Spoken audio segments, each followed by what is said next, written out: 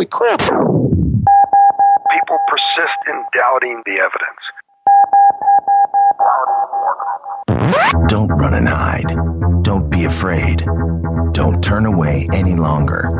The truth will set you free. You're listening to Jimmy Church Fade to Black on the Dark Matter Radio Network.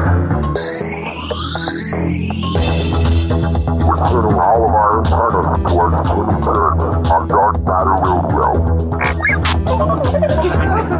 And now, your host, the captain of conspiracy, the prince of paranormal. This ain't your daddy's radio network show. This is Jimmy Church, Fade to Black.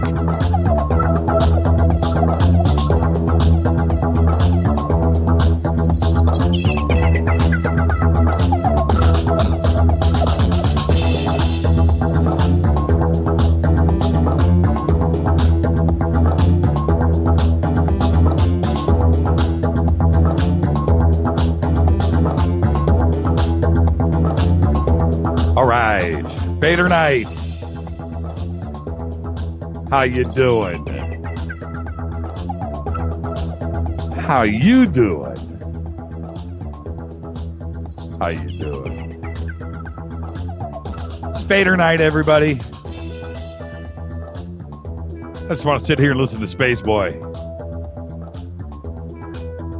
Yeah, that's what I'm talking about. It's Thursday. Yeah. Light it up tonight. Let's light it up. Fade to Black, bespoke radio for the masses. Today's Thursday, January 22nd. 22 days into the new year. 343 days left. Live from the Truthfinders.com studios right here. Downtown Burbank, California.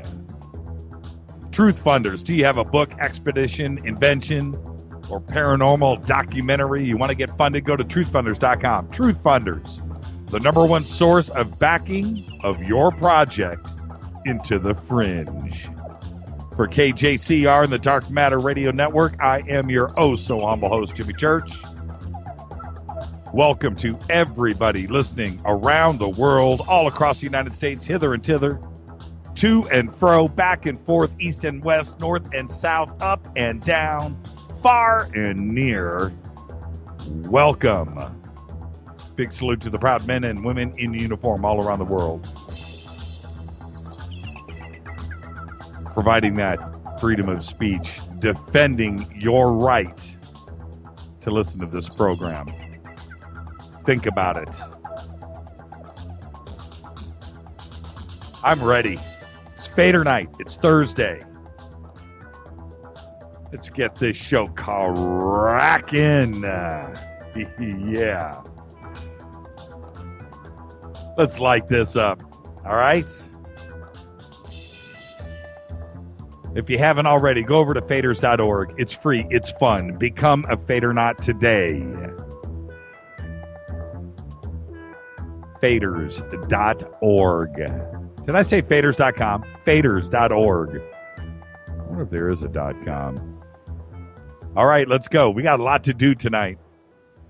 Got a lot of really cool stuff to cover, too, as well. We had a great week here on the show. Man, oh, man, last night, Stuart Swerdlow, Dr. Angela Smith. Oh, man, what a week we had. Gerald Clark on Monday. Want to talk about all of that, and I'm sure you do, too. Lots of email about this week. We'll get to all of that. We've got so many breaking stories. I'll be covering those tonight, too, as well. And, of course, it is FADERNIGHT. We are taking your calls. FADERNIGHT means it's your night. Never forget that. Today, Journey frontman Steve Perry, 66 years old. Where did the time go? You know, I was watching Tron, the original Tron, last week. And as many times I've seen that movie, I didn't realize that Journey did the music.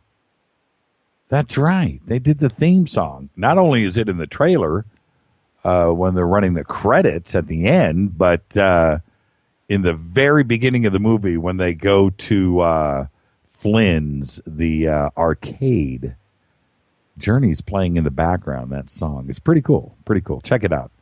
Also today, oh man, calls coming in already. Slow down, everybody. Slow down. I'm going to open up the phone lines early tonight. Okay, 323-825-5045. I'm going to open them up early. So just relax. We'll get to it in a second. Okay? Let me do my thing for a minute. Where was I? Chef Guy Fieri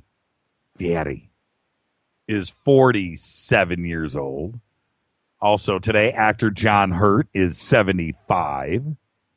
Actress Linda Blair, 56.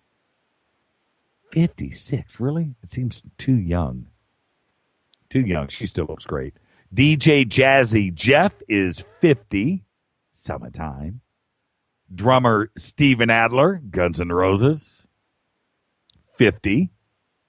Actor Gabriel Macht is 43. Gabriel is the guy that stars in that TV series Suits that we over here are completely addicted to. Also today, singer Daniel Johnston is 54. We've talked about Daniel a couple of times over the last month. It's kind of ironic. It's called synchronicity, you know. So today, it's his birthday. He's 54. And one of the great documentaries of the last 20 years is a documentary called The Devil and Daniel Johnston. Check it out. If you haven't seen it, write that down. The Devil and Daniel Johnston. It is one of the most amazing documentaries you'll ever see. And as noted in the documentary, go back and look at some of the vintage pictures of Kurt Cobain, where you would often see Kurt sporting a T-shirt with a frog on it. And above it, it would say, "Hi, how are you?" Well, Daniel Johnston drew that picture. Okay, that's who Daniel Johnston is. Go check out the documentary, The Devil and Daniel Johnston. It's amazing. Our dead guys' birthdays today are singer Sam Cooke, 1931 to 1964. He sang, of course, A Change Is Gonna Come. He sang Wonderful World and You Send Me. He was 33 years old when he was shot and killed at the Hacienda Motel in Los Angeles, California. 1964, sad. Amazing voice, Sam. And also today, it is the birthday of INXS frontman Michael Hutchence, 1960, 1997. And as we all remember, on the morning of the 22nd of November, 1997, Hutchence, the time was 37, was found dead in room 524 at the Ritz-Carlton Hotel in Double Bay, Sydney, Australia. Hutchins' death was ruled a suicide while depressed and under the influence of alcohol and other drugs. Bummed out. But I'll say this. All of Hutchins' stuff was amazing with the band. So let's light it up on Twitter right now. In memory of Michael, what's your favorite INXS song? I'm gonna go with mine right now. I'm gonna let you know. Come on, Dave. Chill out, dude. Don't tweet that kind of stuff. That's not even cool. Not funny, Dave. Favorite INXS song? Mine, The One Thing. And when the first time that I heard that, actually, you know, I was a big metal guy. Yeah, you know, Ozzy and Black Sabbath. And INXS comes along. Somebody gave me a mixtape they had made for me. And I think the first song on this mixtape, I told him, I said, dude, give me some cool stuff. Give me some different stuff. And it was The One Thing. And it freaked me out. I thought, man, this is different. This is good stuff. And it was the one thing that just freaked me out. And back then, you know, it was a different world back then. And INXS came out of nowhere with a whole new style and a whole new thing. And Hutchins was somebody that I really looked up to, the whole band. And so that's it. Mine was the one thing. And I'm looking here. A Sensation, of course, Suicide Blonde, Devil Inside, all good stuff. Never Tear Us Apart. Yeah, that was pretty good. There's a great Aussie documentary about Hutchins' death. That's from Klaatu. Klaatu. Post the link to that. I would like to see it. Thank you for that. Follow us on Twitter at JChurchRadio. That's what you want to do. Tonight is Fader Night. We're going to be taking calls all night long, 323-825-5045. So what you want to do, follow us on Twitter at JChurchRadio. Get the party started. Hashtag DMRadioNet is the sandbox. Spaceboy just said, don't change. Yeah, that was pretty good. And the winner for Fader Not Cinema. Somebody just posted Tron. Can we do that? I would love to watch Tron. I'll watch Tron every day. That was pretty good. Lost Boys. Oh. Okay. Twitter, at JChurchRadio, hashtag DMRadioNet. You can email throughout the show, and that is Jimmy at jimmychurchradio.com. I haven't even clicked over to, oh, there we go. Oh, email's already coming in. Okay. Jimmy at jimmychurchradio.com. You can also go over to the contact page where we use non-NSA specially encrypted servers. Just make it good. Get it past the producers here. Get it in here to me. I will read it. If you're lucky, I'll write back. Print it. Print it. Print it out. All right. Also, hashtag F2BQ. That is hashtag fade to black questions. F2BQ. That feeds me right in here. And already, new sensation. Yeah, fade to black questions is now full of INXS stuff. All right, so let's go. Let's get this cracking. Let me get to some email, and then I'll open up the phone lines, okay? I've got tons of breaking news to get through, and I'll mix it up during the show tonight. All right, we'll do something a little different. This email from Ben Miller. Ben says, what an intriguing week of guests. Didn't I just say that? Dr. Angela and Stuart were far and away my favorites. Gerald was a little different, but provided an interesting point of view. And any of the three was presenting more than fictional stories, i.e. truthful facts. What a world we live in. Stewart's child retelling certainly reminded me of Whitley Strieber's stories and unusual classes his father put him in at a military base. How can children be treated in such abhorrent ways?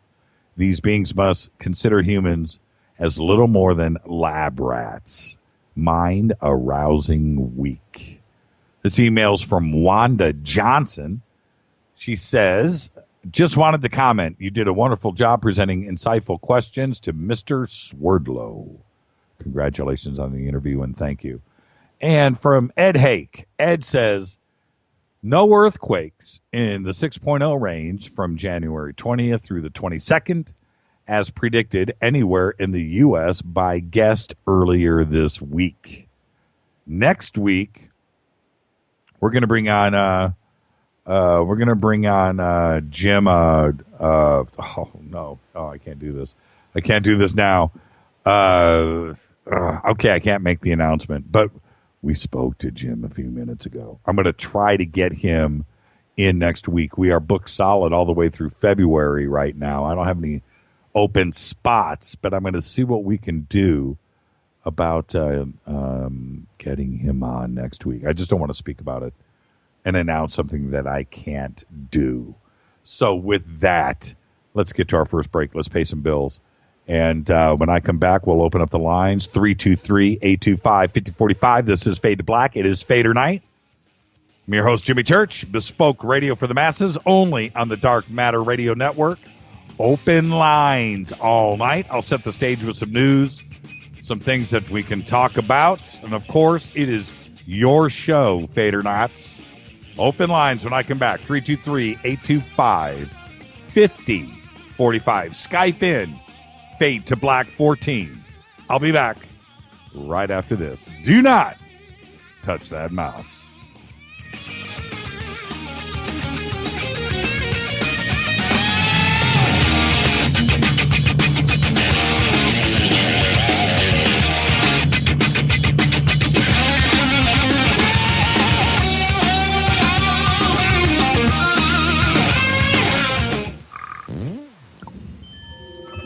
You're listening to Jimmy Church Fade to Black on the Dark Matter Radio Network.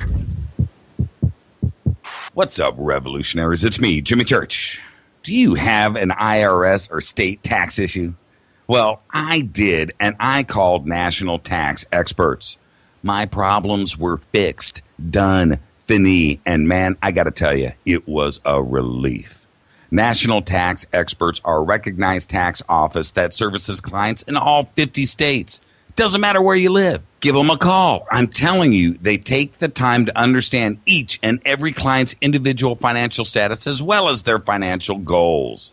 And that's exactly what you need, my brother, when you're taking on the evil 3-letter. So, seriously, give them a call today at 1-877-909-5444. Again, 1-877-909-5444. Or go check out their website, www.nattaxexperts.com. That's NATTAXEXPERTS.com. Tell them Jimmy sent you. This is KJCR at JimmyChurchRadio.com. On the Dark Matter Radio Network.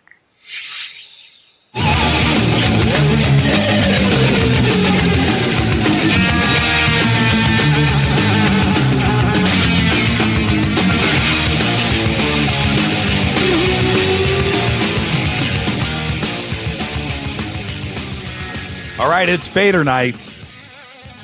Opening up the phone lines, 323-825-5045, 323-825-5045. Follow us on Twitter at JChurchRadio. Shoot me an email, Jimmy at JimmyChurchRadio.com. You can go to the contact page. We have over at JimmyChurchRadio.com, if you haven't checked it out, the Comtrails whistleblower story. So you might want to go check that out. It just got posted today over on Facebook. We posted it on Twitter. I think it hit the website last night. Go check it out. The whistleblower on Comtrails. JimmyChurchRadio.com. Read the article. It's pretty amazing.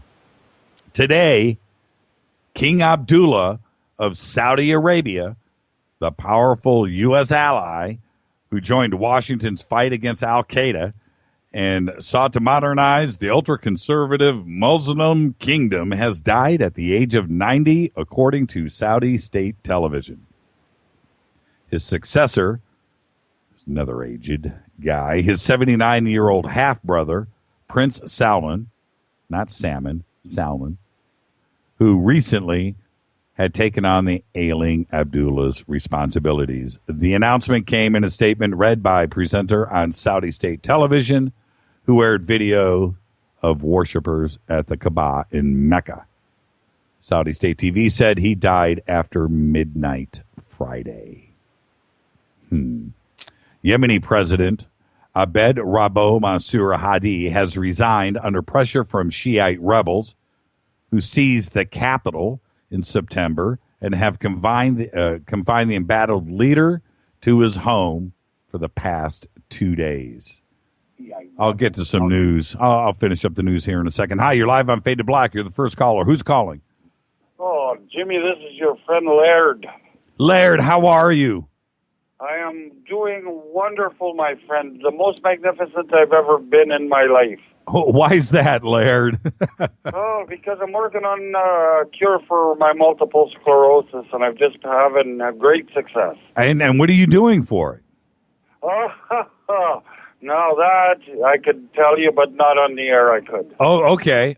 Illegal drugs? This is the whole top secret thing that's been going on for a little while, and it's just leveled out, and it's just, I'll just tell you, man, it's the greatest I've ever felt ever. Dropped 50 pounds. There are a few of the good things. Yes. Dropped 50 pounds. I'm exercising daily. Quit smoking 10 months ago. Wow. You think that had anything to do with it? Oh, sure, sucking that crap. I'm vaping now, I'll be honest with you, Jimmy. Okay. I know you're a smoker, and God, I love 2 pounds, a tour a day.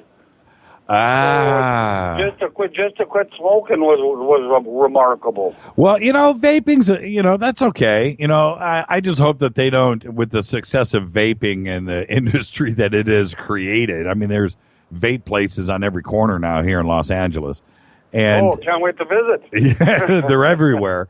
And I just hope that they don't come out with, news that vaping is worse than cigarettes, Well, I've been watching that and very carefully, and the government of Canada was slow to close the door on this one because vapes out here like crazy too, and they don't have their sin tax out of it. What? Everybody's quitting smoking, and Canada's cigarette sin tax is high, eh? Yeah. I've bought those $10 packs of cigarettes up there in Canada. Trust me. There you go. You got to smoke them very carefully. I was doing 2 packs a day, so. I'll never forget the first time I bought a pack of cigarettes in Canada. About had a heart attack. I hope you're drinking some good Canadian beer at the time. I think I was. This is ultimately probably what's going to happen. I can see the writing on the wall. Is all of the cigarette manufacturers are going to get on the vaping bandwagon. They're not going to. The big American tobacco's already trying to buy out as much as they can. Right. Yep, they're not going to let all that profit go. Go up in smoke. So not at all. But they're a little bit late on the boat as well. You would have thought. Yeah, go ahead, Laird. I'm sorry. No, that's okay. This came out big 8 months, maybe a year ago. And it's just skyrocketed now. Yeah, it's everywhere here, and it's so funny. You hear stories now that you can't vape around children because it sends a bad message. Yeah, it is. I can still vape here in my favorite coffee shop in Edmonton, so I can't complain. I can't wait to walk into a retail store, like to Macy's, or go into a car dealership or something and see a worker on the inside of the store or a customer vaping in public inside of a store. It'll be coming, but that'll knock it outside probably where it belongs with the smokers anyways. I've got no complaints about that. Just don't jump on the bandwagon and try and squash this because the government or whomever, pharmaceuticals, whatever, aren't making the money off this thing. They'd like to be. Can you vape indoors in Canada? Yes, I do that daily because I'm on disability with the MS for a little while anyways. We'll see where this goes. But, yes, you can right now. But, the government, like I said, they were slow. They're going to be cracking down on it hard now. Yeah, I'm wondering, I don't know if there's any laws here in the United States and certainly locally at the state level if it's illegal to vape indoors. Is it somebody... I don't know. Yeah, I don't know the answer to that, but I think it's just done out of politeness. Like if there's a group of people around with kids, I'm not going to blow vapor water at them or cigarette smoke at them either. Yeah, is it really... it is just, technically steam, right? That's all it is with a little flavoring, and I'm down to the lowest level of nicotine that you can get in this juice, so I'm happy. I've got a lot of friends that don't have any nicotine in their juice. They just like vaping. Oh, that's interesting. Yeah, but I went from a 2-pack a day because I was a general contractor with a lot of stress and crap, and I'll tell you, for me, to walk away from that, man, that was amazing.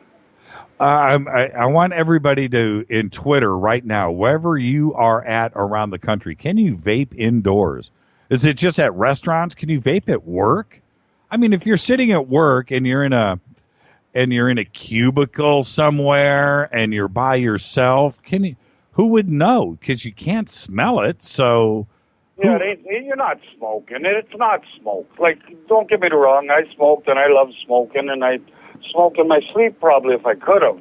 Mm-hmm. But, I'm just happy. I had to get away from it, Jimmy. My lungs have cleared. I'm working out every morning at 5:30 a.m. Mountain Time, so I'm cracking. Hey, I've seen a couple of pictures of you. Yeah, and this is another crazy thing. I've lived in central or northern Canada all my life. I've never seen weather like we're having here now. I was wearing shorts outside today. I saw that. I saw the pictures of you in shorts. Yeah, and it's just that was in the morning. This is in the sunlight. It's going up to what was it today? 7 degrees Celsius. So that's, that's up there for Canada. Yeah, that's steaming. That is. I say, Jesus, this is spring, and this is weird. We don't ever get this in January. Yeah, it's downright tropical. But I've heard Major Ed Dames in the past. He spoke of central to northern Alberta as being the place you want to live if you got a chance to move there. So I'm here now, so we'll see. Hey, all the best to you with your with your struggles with MS. I saw. Hey, no.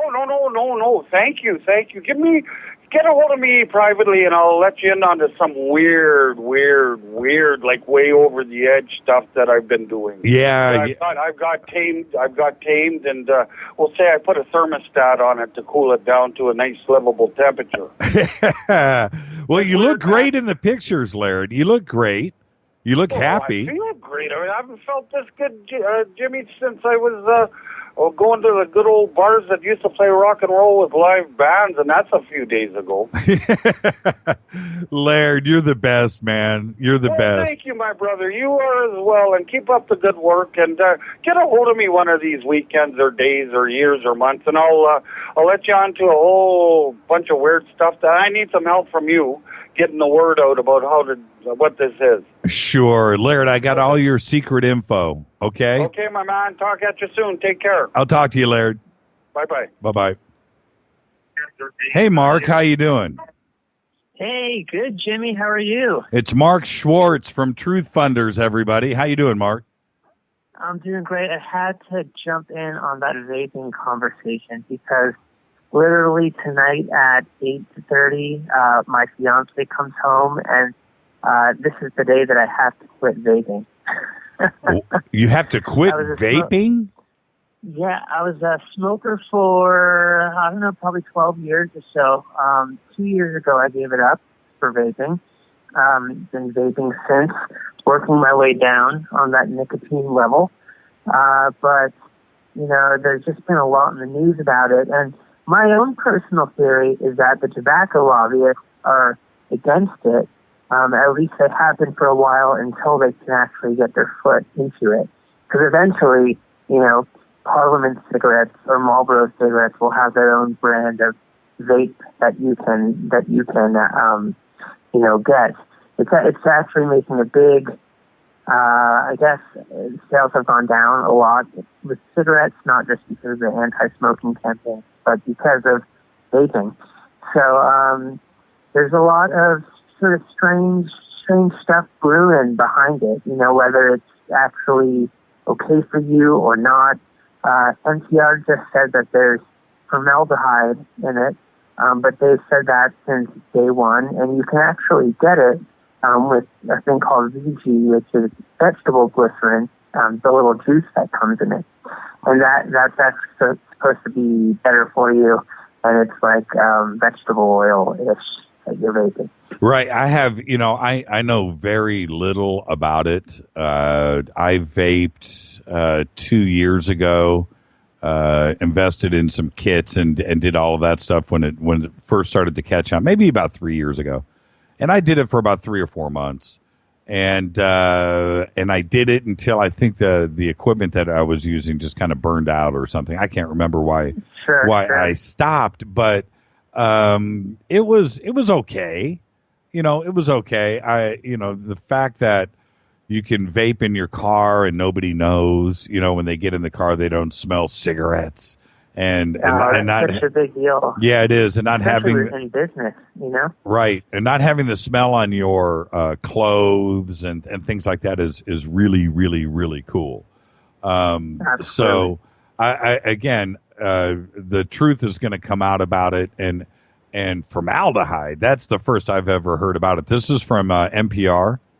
Well, is that from one manufacturer? It's not in everybody's sauce because there's all kinds of homemade brews that are going on out there.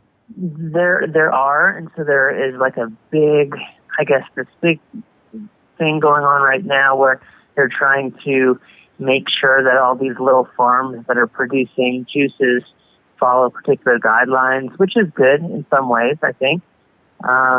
The stuff from China is really bad, but they've been vaping in China for, I guess, much longer than we have here. It just caught on here. Right. And then, but like there's local stuff, and I know up here in NorCal, people are really into their organic everything. So right. A lot of the juices are made with like organic, glycerin or vegetable glycerin.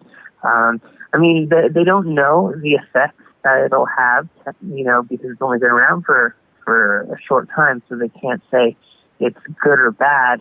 But I think really what it is you see someone smoking that, and people can't get the idea. They can't separate the idea, smoking's bad and vaping is good, or it's one or the other. They just can't. It's so hard for people, for their minds to separate the two. Right. Well, okay. So let's leave that on the table, that thought. But yet we can, and I'm not against it, of course, but we can legalize pot, and you can put that smoke in your lungs, so Right.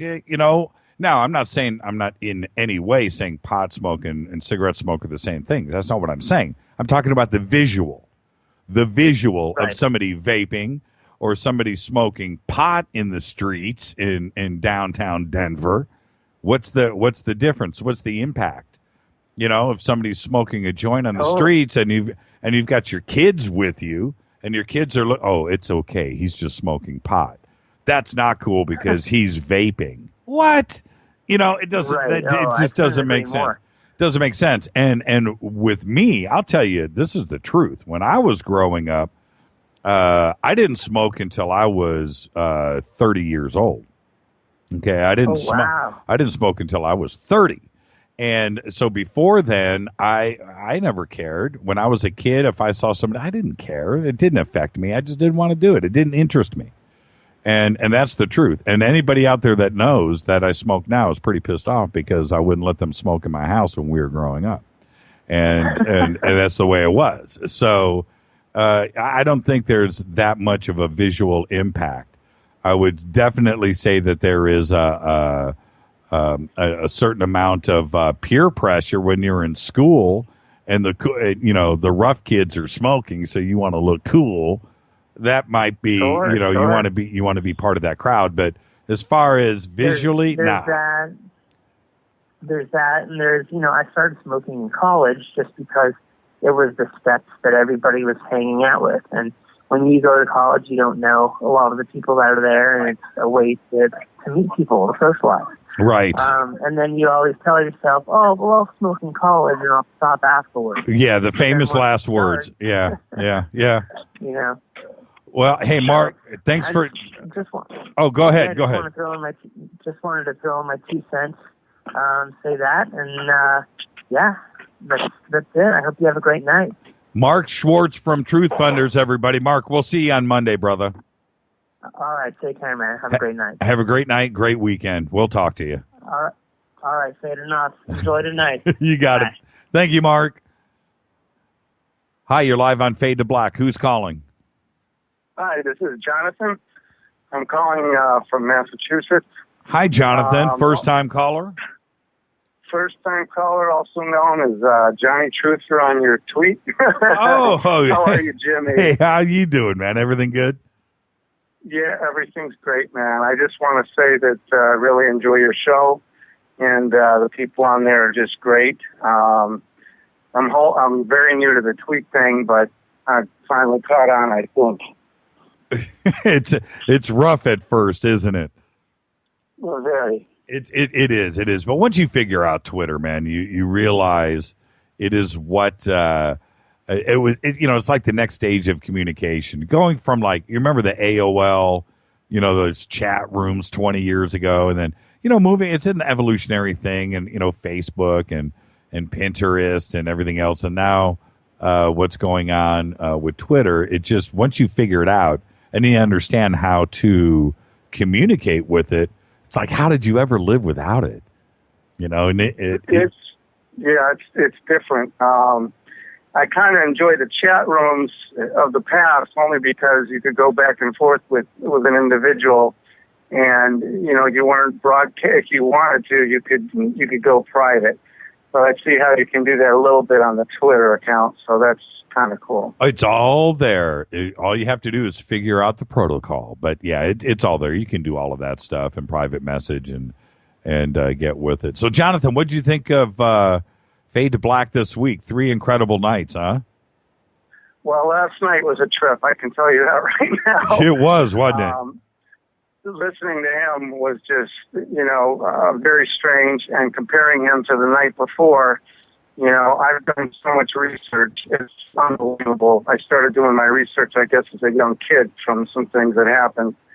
But as I've gone along and I've heard everybody's different stories and stuff, and comparing and contrasting what they say and how they contradict each other with some of the things they say, it's been very interesting, and I end up, with my hands held out going, I just don't know. Right. And I think a lot of people are like that. They're in the same boat. It's so hard to be definitive on the topics at hand, as you hear on your show and others like Art Bell, etc., every night. So, well, let me give you an example, Jonathan, and you're 100% correct and on point when you say that. But let's just take something else a little bit out of context, okay? Let's talk about a race in NASCAR. So you have 200,000 people in the stands, right? And you see the race go down. You see everything happen. Everybody watches the whole race, and the checkered flag goes down. And then go out and interview 10 different people from different parts of the track or whatever. You're going to get. Well, no, I get that. You're going to get 10 different. You're going to get 10 different views of what everybody just witnessed. Everybody saw the same race. And you're going to get 10 different stories. You're going to get 10 different eyewitness testimonies about different things, about the accidents that happened, about this or that, or whatever. And it's just the way that things work. And it goes with all of life when it comes down to things like that. So with this, my advice to everybody, do what I do. Listen. That's all you can do, right? Listen to everybody. Go do the research that you can do and make up your own mind. But that is certainly the best way to go about it, as opposed to closing your mind off. I'm not saying you would, Jonathan. I'm saying people that don't open up their minds to some of the things on this show. They close down their minds and they never investigate and they never learn and they never expand their minds or anything. And it's I think we can agree on that. Yeah, and that's exactly right. Look, this is the intention of this show. Stay with me for a second, Jonathan. Sit down and hear me out, because I'm going to speak to everybody. The people whose minds that need to be changed or that need to be opened up are not the people that I talk to every single night on this show. You're here listening because you get it, and I don't need to talk to you. That's why I don't need to talk about expanding, because that's why you guys are here. But what makes me angry is the people that we need to affect are the ones that are not listening to this show. Do you understand? It's really tough. And when the people that need to be affected by this show are the ones that aren't listening to it. They're the ones that are content with just going to work every day, coming home, watching television, and going to bed, and not thinking about the world around them, or not thinking about how banks affect them, or how Washington affects them, or if ET is out there or anything. No, they close their mind off completely, and they're happy to be dumb. And they're happy to be not dumb, but dumbed down, and not enlightened about life. And that's, they like to be comfortable. And they don't want to be concerned. And that's exactly who big business and Washington is talking to every day. And that's it. And it's crazy, but it's changing.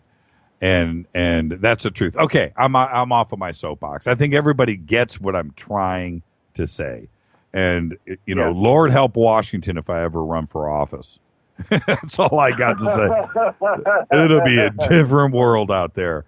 But, and I think you get it. And you're exactly right. When you listen to 3 different shows like you did this week, Jonathan, and you get 3 different point of views on almost the exact same subject, well, you know what? That's exactly right. Listen, learn, go investigate, and draw your own conclusions. But at least you are enlightening yourself. And that's the most important thing. And I thank you for that. Well, I think one of the reasons that I listen to your show and I'm continuing to look is because I'm looking for answers. I'm looking for answers to questions for things that I've seen, that I've encountered, and it bothers me because I've heard some people, and it's just, I can tell, I don't know what it is, I have this sense, I can tell whether they're telling the truth or not. Some people are very good and you can't tell, and then others you can tell they're speaking from the heart, and it just comes through. And you know that, and the way they speak, it's like they're just talking, and it's coming out of their heart, and it's coming out of their memory banks. So when I'm listening to these people and reading, etc., and looking every single day almost, it's because I really want to know what's going on. I investigate our past. I investigate where we're headed. I look at where we are today globally and where we're going. And it's just, my heart's very troubled in so many ways. And I just hope that some of the things that I see coming to possible fruition don't come to pass. But that's that's exact, Jonathan. As long as your eyes are open, then that makes you different. And I'm being serious about that. It's the ones that put on the blinders and they don't want to be concerned. They just want to just go through the motions of a nice, safe, family situation where that's it. And they just want to live in a fantasy world that nothing is wrong out there, that everything is just fine. Well, you know what? Keep your eyes open. And if everybody just had their eyes open and their ears open and they want to learn, there's then the difference, the ebb and flow that you're talking about will start to occur. And that's all the show is here to be what's the word that I want to use, to allow people to think. That's it, to think. Art used to say, Jonathan, if you remember back in the day, Art would go, my show is just entertainment. It's just entertainment. Yeah. Well, you know what? You can say that because I know why Art said that. He was protecting himself, so he didn't have to answer for Men in Black and time travelers and E.T. and abductions and any of that. I get that. I really do. But one thing that Art definitely did, and he knows that he did, was he opened up the minds to millions of people. And yes, he did. And he allowed those people to have a voice. And he found out, and what the rest of America found out, especially when Art was at his peak and most influential, was that that 25 million people listening to Art every night, they weren't alone. They're like, oh, man, I'm not the only one that thinks about this stuff. There's 20 million more of me every single night. And that's what Art is responsible for. I hope he's listening right now. He just might be. And he knows exactly what I'm talking about. And that's what this show will always continue to do. And I really appreciate your comments, Jonathan. Thank you. Oh, absolutely. I see even things happening. I catch glimpses of what could be with your show, and it could be something. There's a lot of people. I mean, I think you know this. There's a lot of people that are pushing for the people of the world to come together and to seek the truth and to try and find a better way than what's been given us for all these decade after decade. And, if you talk to the families of the people of the world, I think you're going to find most of them say, no, I don't want this. I don't, it's the government's. I mean, after last night's show, it just speaks volumes about I think there's a lot of truth in what that man said last night. But one of the things that is so clear, if what he's saying, if he was telling the truth, is that, these governments, I hear people talk about disclosure and ask about disclosure, and I mean, he kind of just slammed the door on that argument, whether we'll have it or not. They're only going to give us what they want to give us, and that's the bottom line. And unfortunately, that's the way I see it. And I'm just one small, tiny voice in this world. And I talk to people almost every day about things, trying to open their eyes at work, on the street, and it's no baloney. I mean, that's just who I am. I wear my heart on my sleeve, and I don't pull any punches, and I just try to reach out and share something of myself that maybe can give somebody a glimmer of, not everybody's like, it's like so many people walking around with these walls. I know you're in California, it's a little bit different there, but I think we all have our facades on. Persona is the translation for that is mask. So when you look at personalities and stuff, it's just amazing. But I'm just here to share as much as I can of myself with other people in hopes that we can find a better way. And I just appreciate your show. And back to what I was saying about what I see for your show, is that it is a stage where people can come together and hold hands. And, and hopefully it grows. And hopefully, you maintain your integrity of exactly that, trying to present a platform where people can share their hopes and dreams and express the truths if they have them. That's all I got to say, Jimmy. I've taken up more time than I should have. But great show. I appreciate you and the people that are out there on your show. Thank you. Thank you, Jonathan. And always remember this. I'll leave you with this. If you build a fence around yourself, you're not closing the world off. You're closing yourself in. And never forget that. Thank you, Jonathan. Yep. Have a great night and a great weekend. We'll see you on Monday. Thank you, Jimmy. Bye-bye. Bye-bye. He's exactly right. He's exactly 100% correct. Thank you for that call. Jonathan, first-time caller, but he's been hanging out for a long time. Oh, I meant to give him something. A little bit too late for that. We'll catch him. We'll catch him next week. Opens up the phone lines, though. 323-825-5045. 323-825. That didn't take long. Hey, Richard, how are you tonight, sir? I'm okay. Hold on. Let me turn on the camera here. And I am going to show you my, I'm going to show you my little e-cig here. I don't know if you can see it. Hold on. The camera cut off again. Oh, yeah. It's because I don't have it turned on this end. So, yeah, don't worry about it. So you got an e-cig? You vape? I've been vaping for many, many years. Okay, I've got extra batteries, extra coils and everything, and many, many different flavors. Yeah, and I remember when I was vaping, and I got this extra super duper battery, right? And the way that it would light the coil. Then I was like, now I get vaping.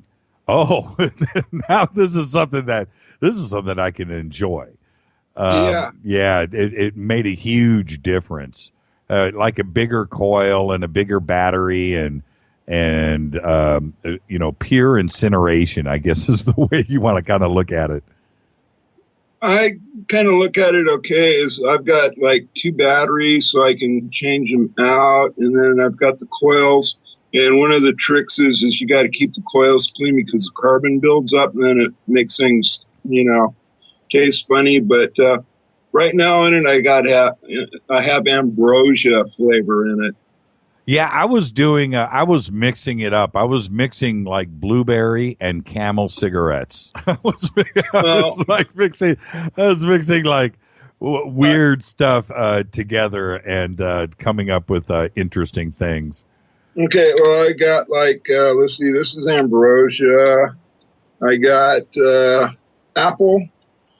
I got, let's see,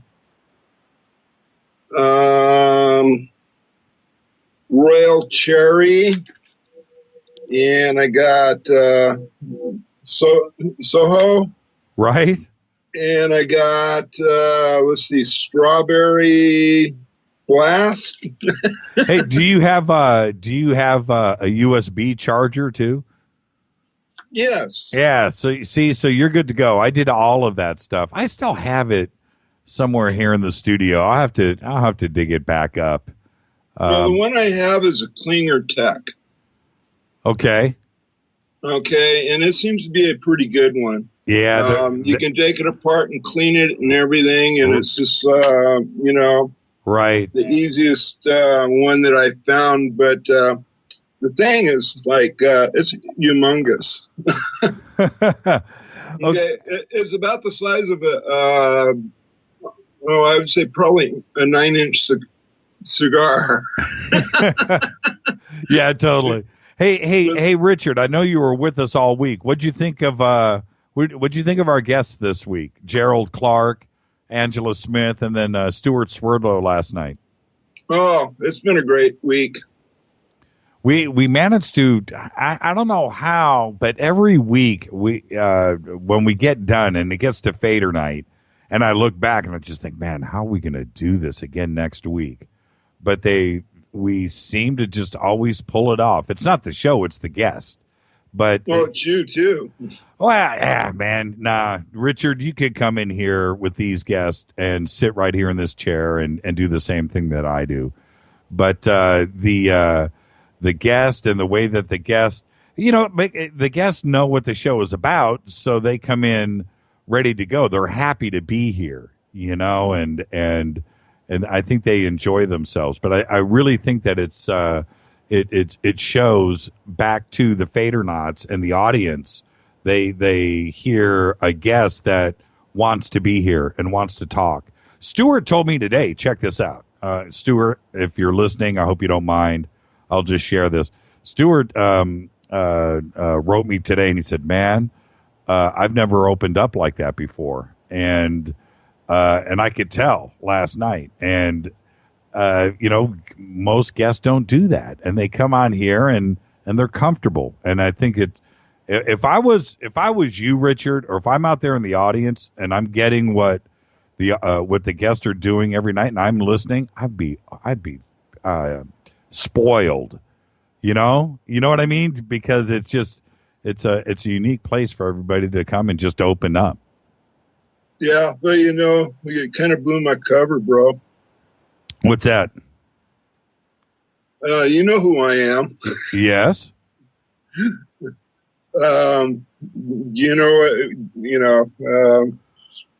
Is there any way you can unplug me? Because who I am? We'll keep it on the down low. Okay, I'm Barrett. Yeah, I know. Okay. Come on, man. Everybody knows that. I was just trying to be cool, man. I was trying to be cool. Okay. It's cool. Come on, man. Like we don't know your voice by now. Yeah. But there's the other thousands of people listening to the show for the first time tonight that are dialing in, and they don't know. So just have fun, bruh. Yeah, but I kind of keep things on down low. I'm going through some heavy stuff right now, even with the city and my dog. They won't leave me alone. What a crazy week, though, huh? Wasn't it just a nutty week? What was your favorite night? Oh boy, you're asking me to. They're all great, Jimmy. I mean, you're asking me to pick one, and I can't because they're all so great. Yeah, and Stuart last night, I expected to have fun with Stuart, and he was amazing. But I gotta say, and Gerald, his knowledge is second to none. But Angela, with her accent, and she's a PhD, and the way that she communicates really froze me in my tracks. I mean, I couldn't. I didn't want her to stop. And this is the same thing with Stuart and Gerald. I'm not saying that, but Angela really freaked me out, and I don't know if it was her accent, her feminine side. I don't know what it was, but she really was an eye opener. But she had a quality about her that you cannot deny. Yeah, she was absolutely amazing. Absolutely amazing. All right, my brother. I'm going to get back to the news and take some more calls. You going to hang? Okay. You going to hang with us for the rest of the night in Twitter? Oh, of course. You know better. I'm always around, so it's just like, hey. All right, that's Richard, everybody. Hey, man, have a good week. And you're the bright spot in my day. Okay, bro. You have a good one. I'll talk to you. Okay. All right, open up the phone lines, 323-BEAR. 323-825-5045. He didn't say poop. How about Edward Horn says, how about having Andrew Bashago on the show, or John Lear? Bashago would be great to have back on the show. I can call him right now. Maybe we should. That'd be funny. Right here on Fader Night, just Skype bomb Bashago. A smuggler's drone, listen to this. A smuggler's drone flying from Mexico crash landed just south of the U.S. border city of San Ysidro, California, in a failed drug delivery this week. The Tijuana Municipal Police said today the drone was loaded with more than 6 pounds of crystal meth. 6 pounds.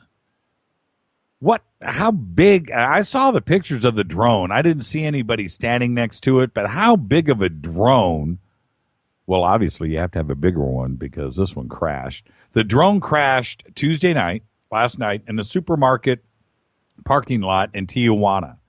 The silver and black 6-propeller, it was called the Spreading Wings S900 model, was not able to withstand the weight of the load and crashed.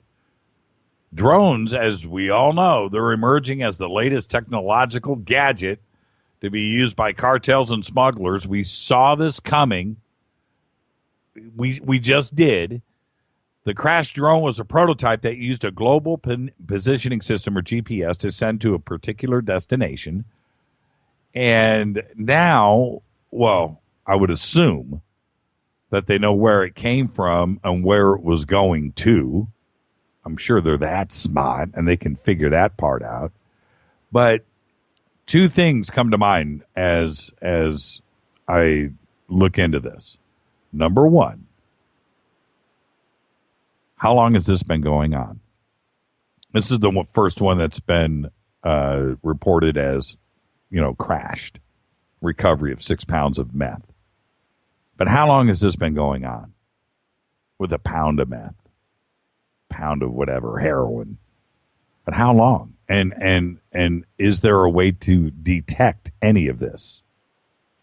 And the second thing is, it was meth and drugs, but what if it was something else? Something really nutty. And that's the problem with drones. It just opens up the door. Now, if I'm a billionaire, I'm a millionaire. Right now, you know what I invent? You know what I bring to market? You know what I bring to bear right now? I bring out a drone net. Some kind of electronic shield, dome, to go over your house. Think about that. Drone breaks through, and whatever happens, their electronics are scrambled and it crashes. Just something simple, not a big deal. But that's what I would invent. I'd have those things everywhere. Just walk into a Radio Shack and pick one up for $99. Little drone security. Why? Do you want a drone flying around your house? Some kids down the street with a high-def camera? Think about that. All right? Because then that same thing can be used around airports and other secure areas where we need something like that. But that's what I would do. What would you call it? Drone off? That's what I would invent. And why isn't it out there now? That's the question. Hi, you're live on Fade to Black. Who's calling? Hey, Jimmy, it's Frog. Hey, Frog, how you doing tonight, sir? Oh, man, I'm just now, it's on a delay, so I'm listening to you talk about the drone, but me and Drone and Fang and me and Bear and Fang and a bunch of other people last night in my chat room were talking about a drone killing machine. Oh, were you really? We were, and then I talked to my buddy who's got my bike in his garage, and he told me that a net is the best thing to use, but you got to be a really good pilot. Yeah, and you just drop the net. Yeah. Yeah, you kind of like just shoot it down. Yeah, Jonas just tweeted, "Drone be gone." That's what I would do. I would have some kind of electronic, dome that would go over your house. So, a nice little electronic net that any drone, interfered with. It could be, maybe like a crisscrossed web of infrared. I don't know, but something to mess up with the GPS. That's it. Mess it up and just cause it to just the electronics to fry, the engine stop, and it just crashes to the ground. And that's what I would do. That's what I would invent right now. There's enough people listening to me right now that are pretty smart. And should go to work. And you know what? Cut me in on the profits. That's all. Just give me a little taste. Well, that's what we're working on. Oh, and update on the project. It worked for 7 days. Did it really? Yeah, and I don't think I'll get it to work longer till I'm able to tweak it any more than that. Right. Keep on keeping on. When it gets fine-tuned, we'll do the big announcement and maybe we could convince Schwartz to finally take the project on. Well, maybe we can figure out what to do with some of it. Yeah, absolutely. And the other thing I want to let you know before I get off of here is last week when I went to bed, I called in last week, talked to you. But when I went to bed, the first dream I had is that I called into your show over and over and over that night. It just annoyed the hell out of you. That's funny. I don't know if that's cool, though. You don't want to go to bed thinking about me. No, I don't. Thank you, Wise. Hey, have a great night. Be safe, okay? You too, man. Be well, and good for you and yours. Thank you, Wise. All the best, brother. All right, bye-bye. Hi, you're live on Fade to Black. Who's calling? Hi, Jimmy. It's Carol in Calgary, Alberta. Hey, Carol in Calgary, Alberta. How you doing? I'm doing good. How you doing? I'm doing good. What? So Terry's with me, and he wanted to say hi, too. Oh, is he there? Yes, he is. Let me talk to him. I am, Jimmy. How are you, Terry? I'm good, thank you. How are you? I am fantastic, and it's great that you get to talk to us tonight, and everybody from the show the other night, heard Carol tell her story about you two. Phenomenal, amazing, and there you go. How are you? I'm really good. I feel blessed. And you should, because you have a good woman right there. Yes, I do. Now, she's the best. She is the best. She is the best. How many have you been able to listen to a whole lot of our shows, or is tonight the first night? Well, tonight is actually the first time. I tried once before, and I don't know, the Wi-Fi cut out or whatever, so. Right. That was the end of that show for me. Well, Terry, listen. And, but I just wanted to mention that I am a great fan of Rainbow, and it's a pleasure to meet a fellow Rainbow fan. You know, I will do this for you. The next time that we have Graham Bonnet on the show, actually, I got an email from him the other day, said that anyway, we're going to have Graham. The next time Graham is on the show, I'll let Carol know. Carol will know in advance anyway, but I'll let her know, and then I'll have you call in and say hi to Graham personally. How's that?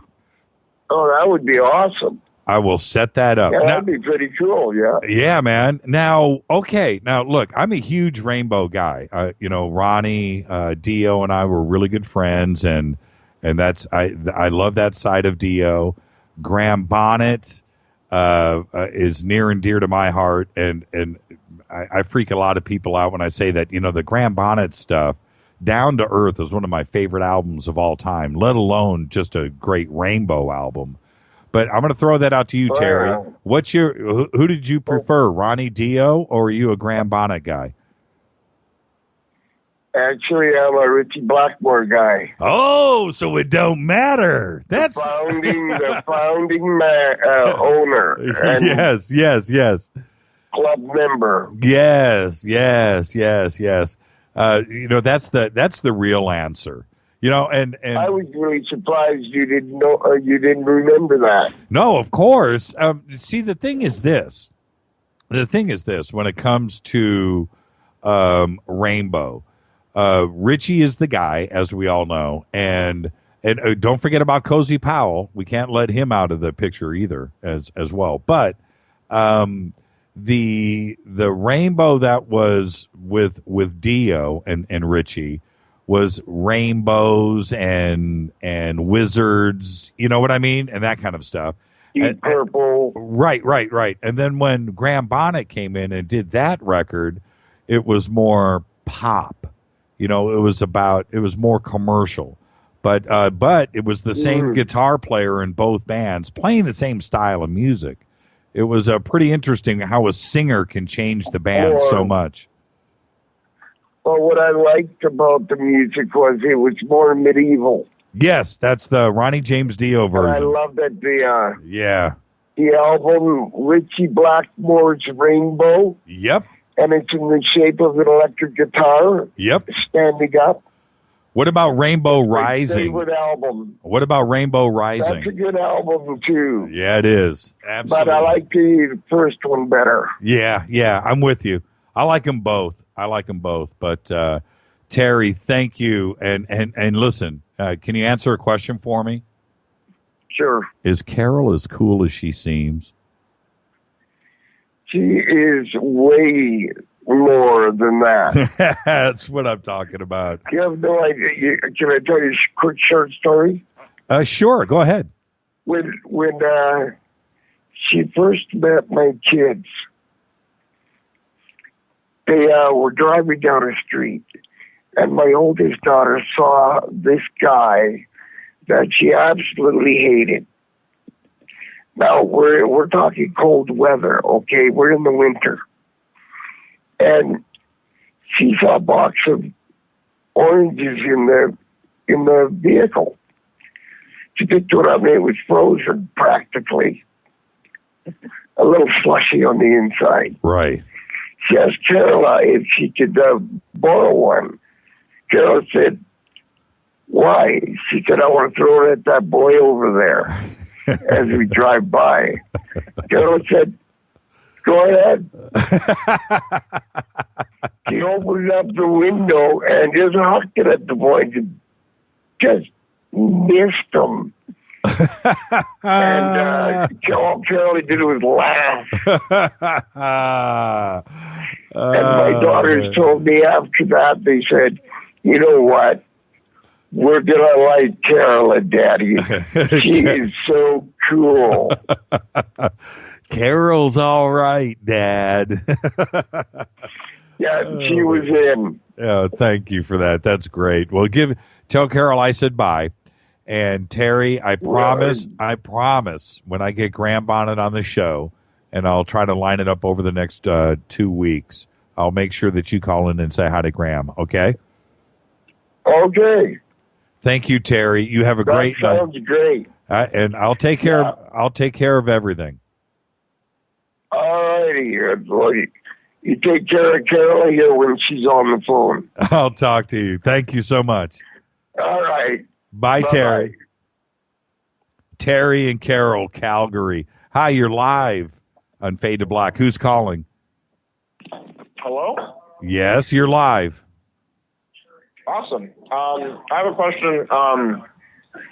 Yesterday I was listening to your show, and someone was talking about aliens would want to come down, or well, basically extraterrestrials would want to come to Earth for our resources, like minerals. Right.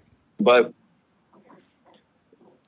couldn't they find those minerals anywhere else in the universe?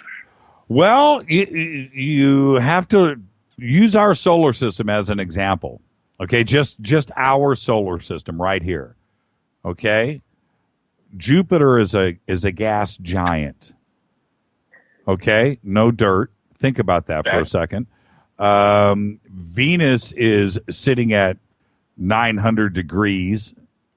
You know, so you melt if you go through that atmosphere. You don't know what's on the surface there either, but mining or anything. And then look at the surface of Mars. Look at the moon, and we look at those resources that aren't there. Also, what isn't there?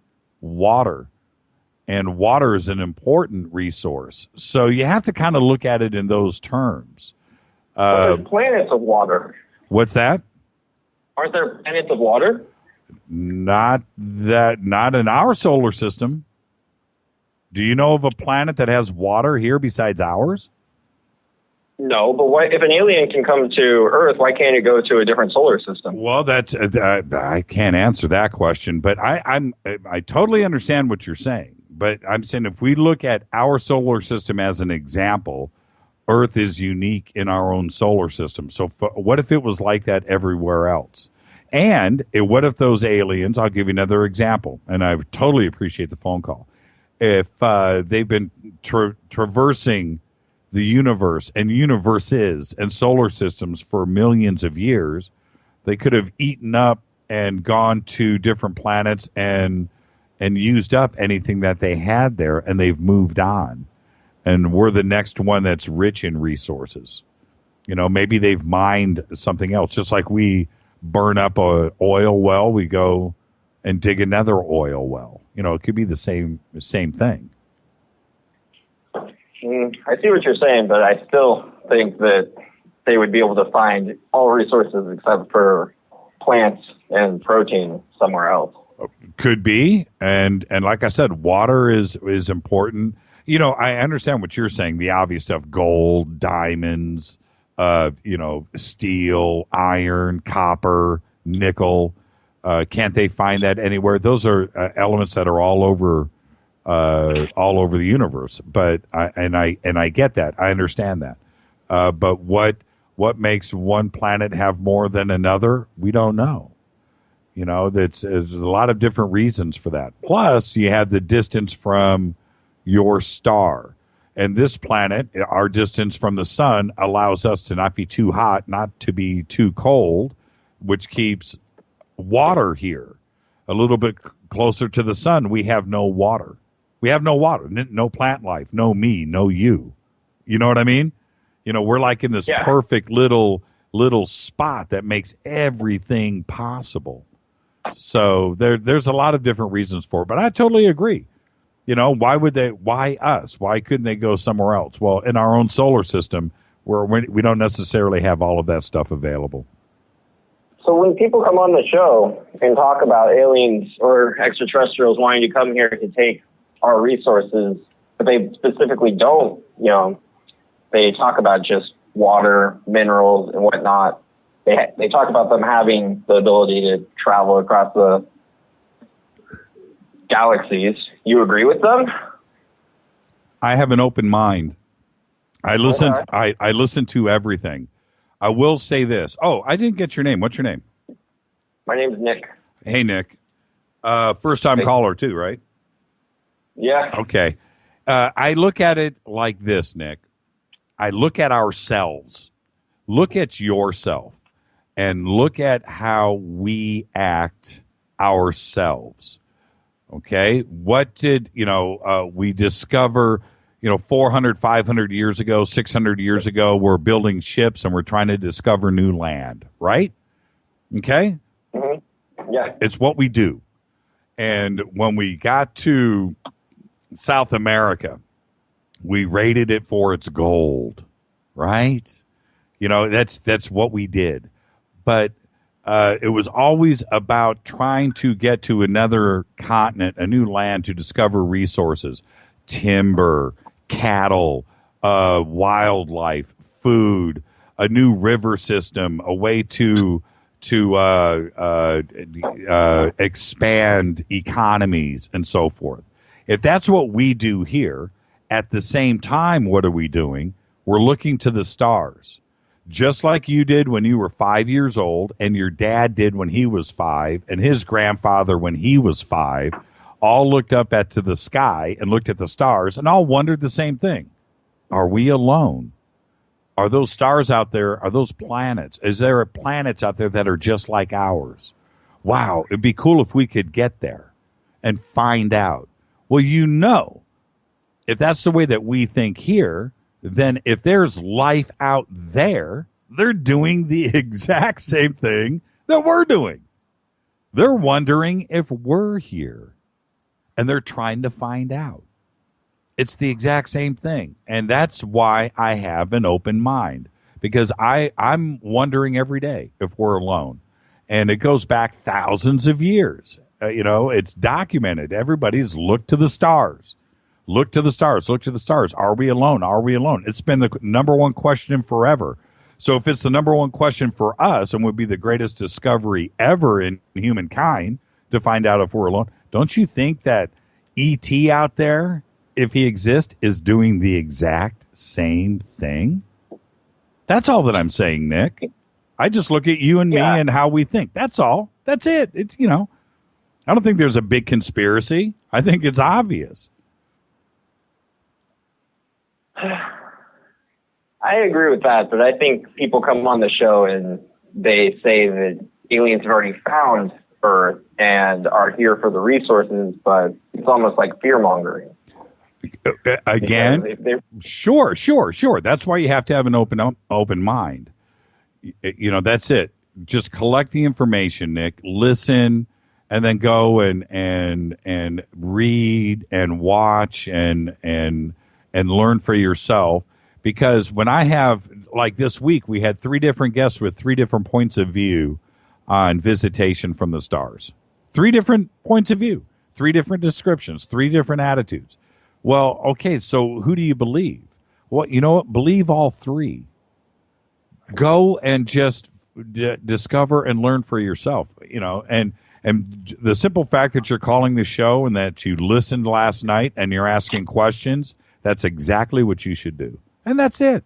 That's all. Well, I listen to my roommate who listens to your show while he's listening to your show and argue with him. That's good.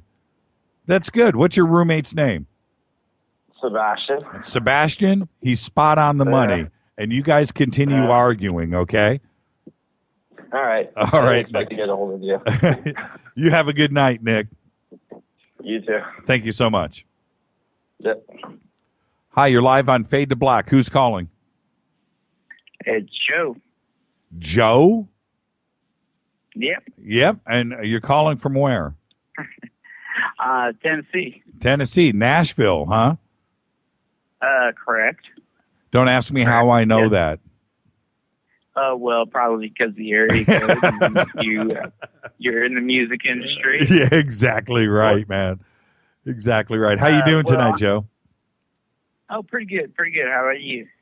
Fantastic, man. It's Fader night, man. It's the best night of the week. Well, I'm just calling to, kind of kiss your butt, but I just thought, I'm new to the show and, I really dig it. And, I'm in the music industry as well. And I just found out, your background and, just, keep on keeping on, man. Hey, you know what? Some of the funnest times I've ever had have been in Nashville. And as you know, you're in the music industry. And so Summer Nam, right, out there, going out and hanging out and going down to Second Avenue, Second Street? Have you been there? I've been there probably at least 10 times, at least. If I would have known you were there, I'm there every day. But, Yeah. At any rate, I just want to say killer show, and it's opened my mind in a lot of different ways. Appreciate it. Thank you so much, Joe. Are you coming out for the NAM show this week? Out here in Los Angeles? No. Oh. No. Well, I'll be there. I'm going to be there. So I'll miss you, but I'll be at the NAM show next weekend. So anybody that is going to the NAM show wants to hang out, let me know, and I'll let you know where I will be next week, and I'll be there Saturday and Sunday. All right, man. Keep on trucking. Thank you, Joe. All the best, man. All right, man. Hi, you're live on Fade to Black. Hi. Hi, Lisa. Sorry, let me turn off my... Okay. What's shaking? Oh, just listening to the show, enjoying hearing new callers and being on TweetDeck with all the Fadernauts. Isn't it, you know what's cool, Lisa, and you've seen the growth of this show, but isn't it cool to hear, first-time callers call in? Absolutely. And you can tell in their voice, too. Their voices. Call in and ask questions was wonderful. Their voice is shaking a little bit. Hi, am I on the air? It's just like, relax, man. It's okay. It's okay. It's so funny. That was me once. Yeah, it was you once. I'll never forget that. So, you were with us every night this week. Pretty crazy week that we had here on Fade to Black, wasn't it? It was, but for me, every week is educational. You always have guests on that I'm not familiar with, some of them, and that I have things to learn from, or at least contemplate things that they say. Like you say, keep an open mind. I try to do that, just not have it so open that my brain falls out, but definitely keep an open mind. You have to. You have to.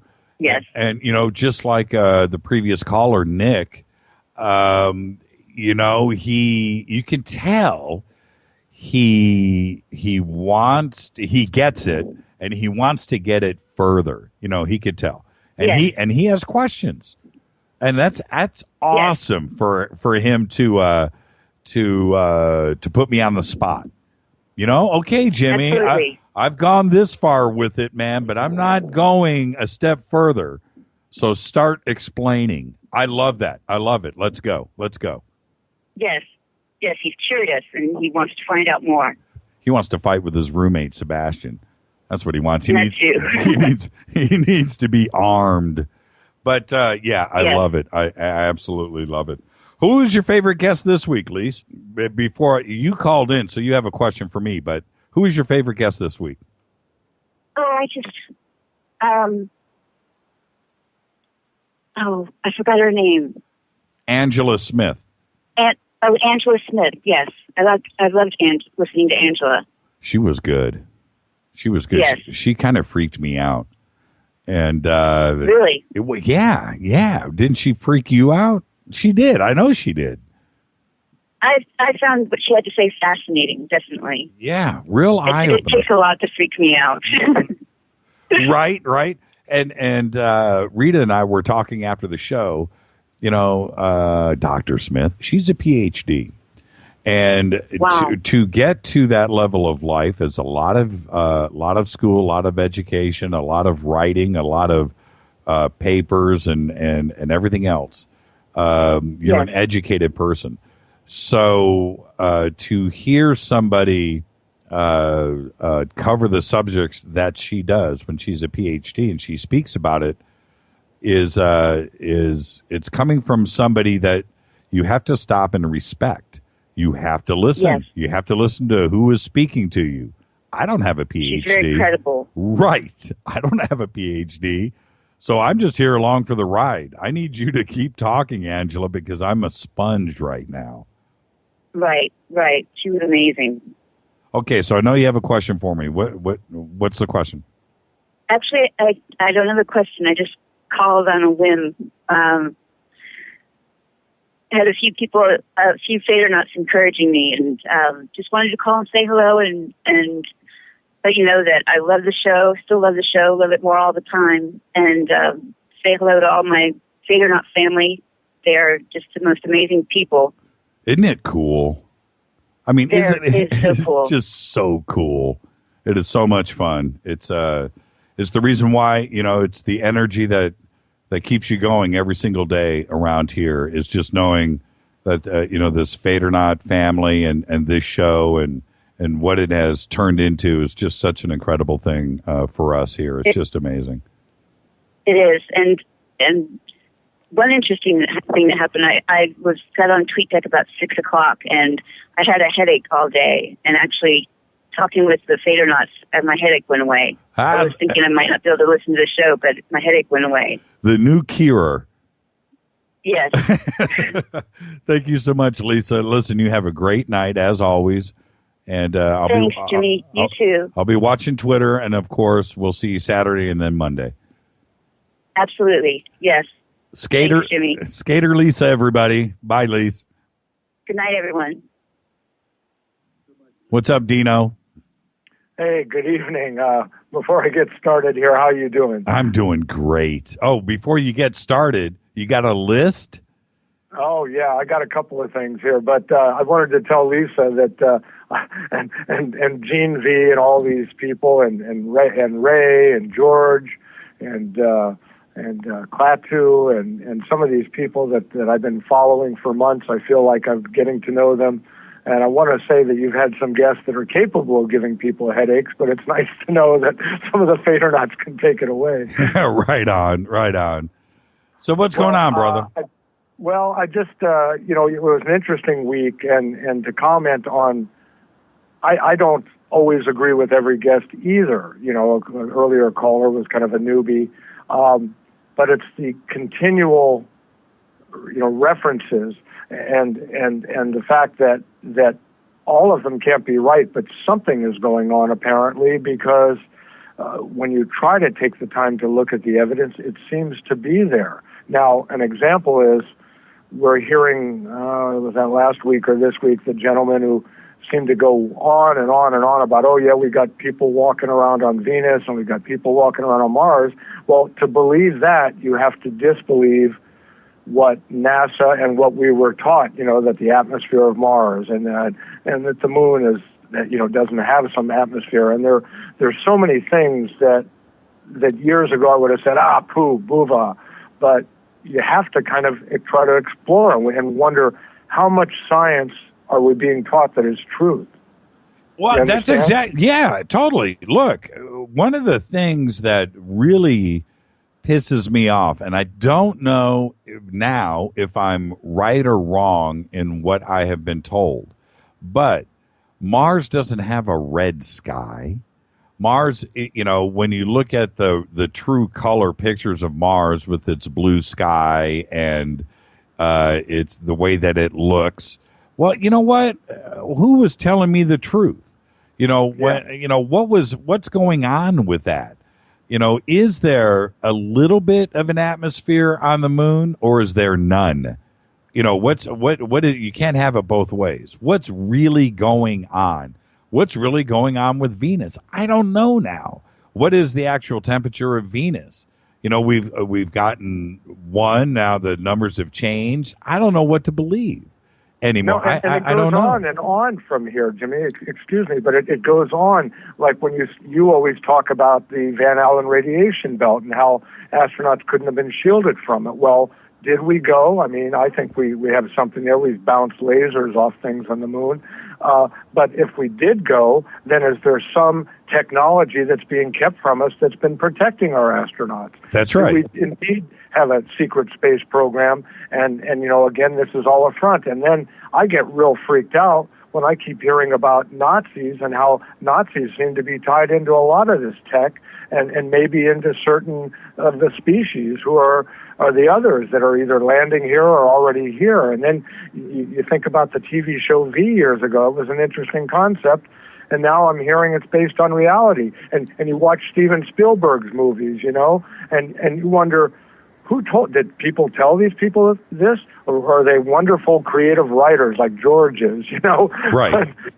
and you wonder what the truth is, and it can drive you nuts. You have to ground yourself, make sure you got to not smoke so much, because in your case, vaping or not, we need your voice on the radio. I don't want any throat cancer involved here.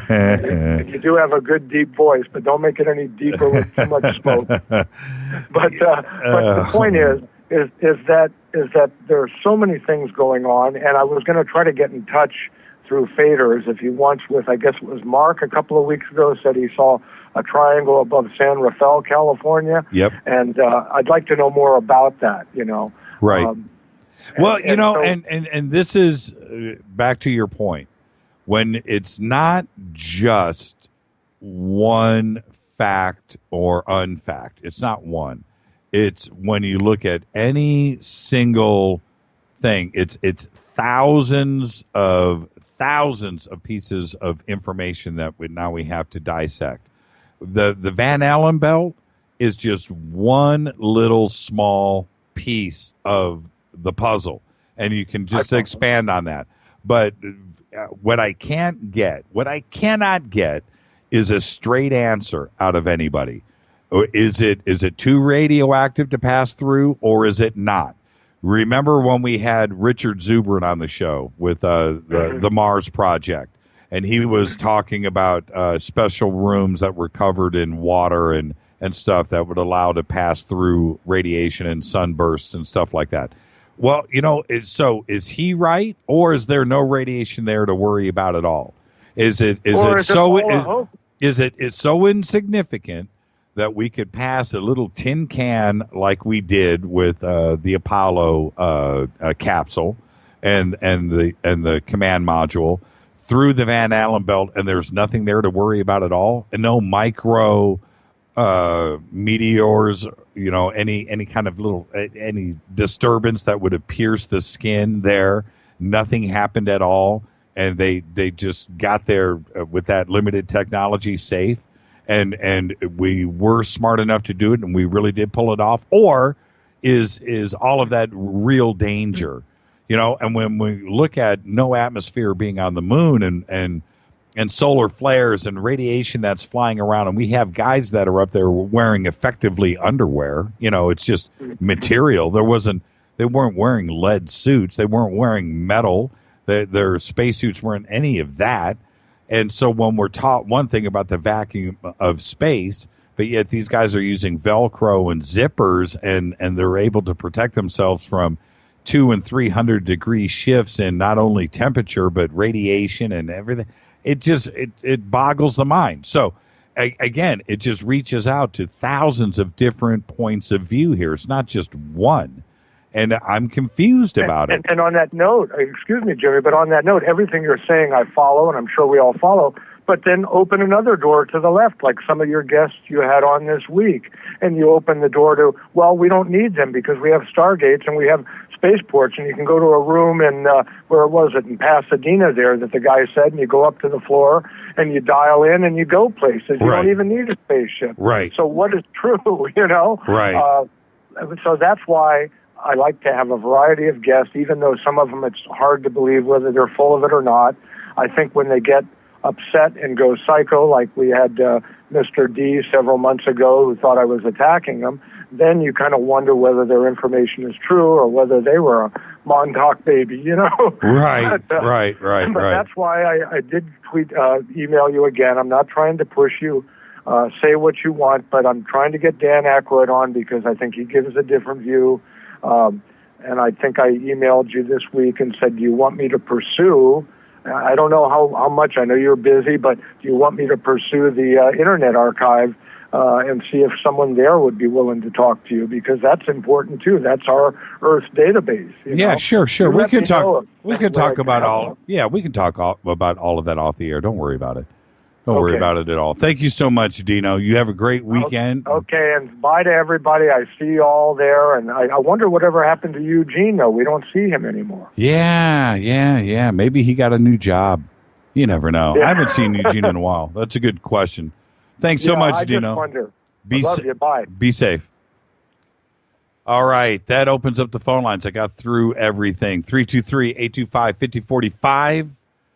323-825-5045. You know what? I need some liquid refreshment. I'm going to take a quick break. I'll be back right after this. This is Fade to Black, only on the Dark Matter Radio Network. Fader Night taking your calls. 323-825-5045. 323-825-5045. I'll be back right after this. Stay with us.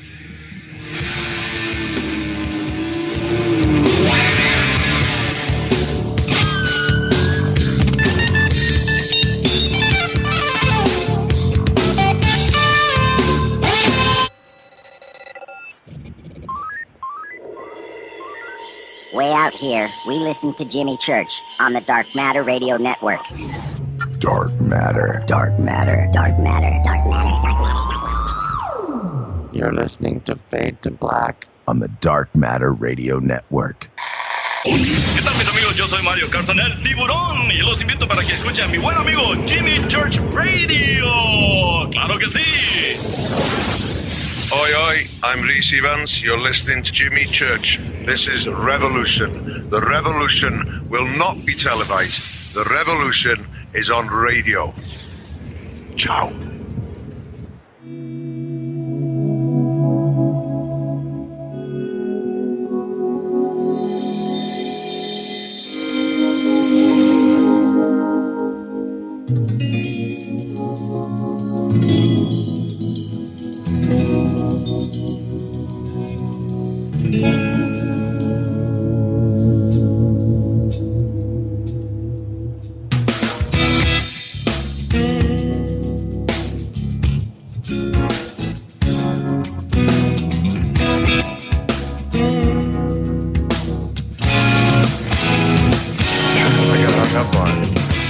No, you didn't. Hi, this is Fade to Black, bespoke radio for the masses. Tonight is Fader Night.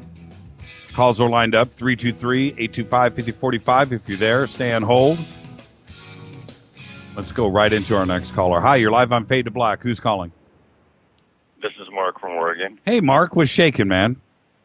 Well, what's shaking? Well, I called last night and I asked Stuart Swerdlow a question, and I got cut off. You got cut off? My phone went dead. Really? I asked the first part of my question, and my phone line died. I am not kidding. Wow, that's funny. Crazy. Spooky. I definitely had, a couple of more follow-up questions for him. What, have you ever had that happen before? No. Wow. No, not like that. Not like that. That was... But I think that's really accurate. I think Stuart really did open up on the show, and he was going to some new places. You know, it was just a little bit more honesty. I mean, it was capable of doing it. I'm talking about it over all this time has to become cathartic at some point. And I was really glad to hear him talk about compartmentalization. And I mean, how difficult is that to wrap your mind around? Exactly. Your own mind being compartmentalized and information being stored there that you have to gradually become aware of. Exactly. And when that subject of compartmentalization is something that is rather obvious, even my little limited experience with stuff like that, both in the commercial realm and so forth. When there are projects that are going on inside of a company, let's just say something like, pick something, a cell phone company, right? Okay. And you've got a new cell phone that's coming out, and it's the version 2 of a cell phone that you have that is very successful, but it's competitive in the marketplace. What part of that detail are you going to know? You're going to have the part of it that you need to know. You're not going to know. You're not going to know what font they're using on the buttons. Yeah, that's it. You're not going to know everything about it. That's your job, right? Right. What they're going to let you know everything. They're going to give you pictures and give you a release date and everything else. No, that's not the way that it works. And unless you work at Sony, then everybody. Yeah, knows right. I remember. I'll tell a pretty famous story in the music industry. When I worked at Elisa's, we manufactured a product called an ADAT, and the ADAT was something that was used at its peak. Just about every recording, every hit song you heard on the radio. Right, exactly. Everybody had an ADAT. And the whole industry was waiting for the new ADAT, right? The rumors about it, the new ADAT. And I remember I was watching somebody walk out of one building into another at Elisa's, box under his arm. And I went up to him, I won't say his name, and I go, dude, what's that? And he turned around and goes, you can't see this. And I was like, well, what is it? And then I had to go and find out what it was, and it was the new ADAT, right? The new version of the ADAT. And it really frustrated me. But that thing had been completed and done to completion, and I knew nothing about it. About it. And that's just the way that it is. So can you imagine at the military level? And absolutely, they compartmentalized everything. I remember clear back when they started talking about Dr. Bernard Eastland and the HARP project and how all those patents got farmed out to different corporations and Raytheon and different departments in the Navy, and they were all developed, individually by different people until it was fully put together as a working project. And it was so compartmentalized that the environmental impact statement for HARP was like a single page, if you can imagine that. Right. Donna Colvin just said Göbekli Tepe, so I'll just say it out loud. Okay. Yeah, right. You know how Göbekli Tepe started? John Teeter, he was back in the 1800s, and they were working around their moonshine still. And they said, hey, I've got this great idea. Let's go over to Turkey, and we'll dig out this place and carve some stones and bury it up, and we'll just wait. Eventually, it will become a drinking game. Oh, that's brilliant, Mark. That's brilliant. You said something. This has been a while back, but you said that what got you into to late night live talk radio was a conversation that you heard when you were, 13, 15 years old, probably, about the Illuminati on late night. Oh, I wasn't that old. When that happened, I was 9 or 10. That yeah. We must have been listening to the same kind of late night radio, because I've got a real short story to tell. I'm going to jam it up real quick. I'd listened to a program like that maybe 2 or 3 nights prior, and a buddy of mine, his dad worked down at the grain elevators down on Swabies Island in Portland, which is right on the Willamette River. Right. So we were going to go down there and pick up the truck. So we go down to the bus stop. Well, I didn't know it at the time, but there's this guy at the bus stop, and we're talking about going down there, and I'm talking about the Illuminati. And this man starts kind of talking to me, and I thought, what, was this guy a pervert? Because I was like 16, and I'd been hit on by perverts before. Right, 16 years old. Right. No, this was Phil Snyder. And Phil Snyder? Well, of course, it was Portland, right? Right, and he starts talking about these railway cars down on Sobeys Island that have shackles in them. Well, my buddy Greg, his dad worked, a half mile away, so we went and picked up the truck and then drove down there and took a look and saw these things firsthand. And they were there. And that was the last I heard of Phil Snyder until I moved out to Clackamas, and I bumped into him again. I said, hey, I saw those. And I talked to him, but it was mostly just about rocks, because he was a rock hound, and I was a rock hound, and I had a crystal collection and all of that. So anyway, I move, and then it's years later when I start seeing seminars about Phil Snyder and the dumb bases and going on in New Mexico and the underground battles at Dulce. But I just found him to be a credible guy. He was just an average guy.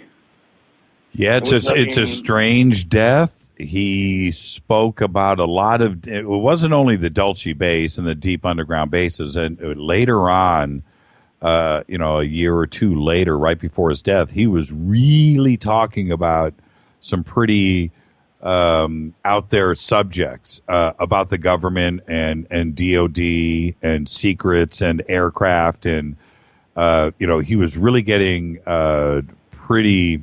What's the word I want to say? He was revealing. He was whistleblowing. He was whistleblowing on every subject that he could, and it was kind of funny to listen to him talk. Like you just knew that if it was true what he was speaking about, how could this guy be alive?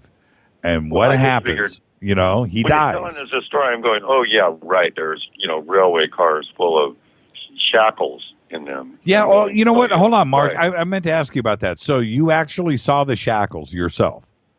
My buddy Greg and I, we saw them. Yeah. And well, tell me, what did you see? I don't want this to get lines of railroad cars. There's a I don't even remember the name of the manufacturing plant now, but you just drove down Sobeys Island and to the railroad tracks, and there they were, and the doors weren't even locked up, and they weren't all closed. You could look right in there. What did they look like? Did they look like prison things, or did they look like normal railroad cars?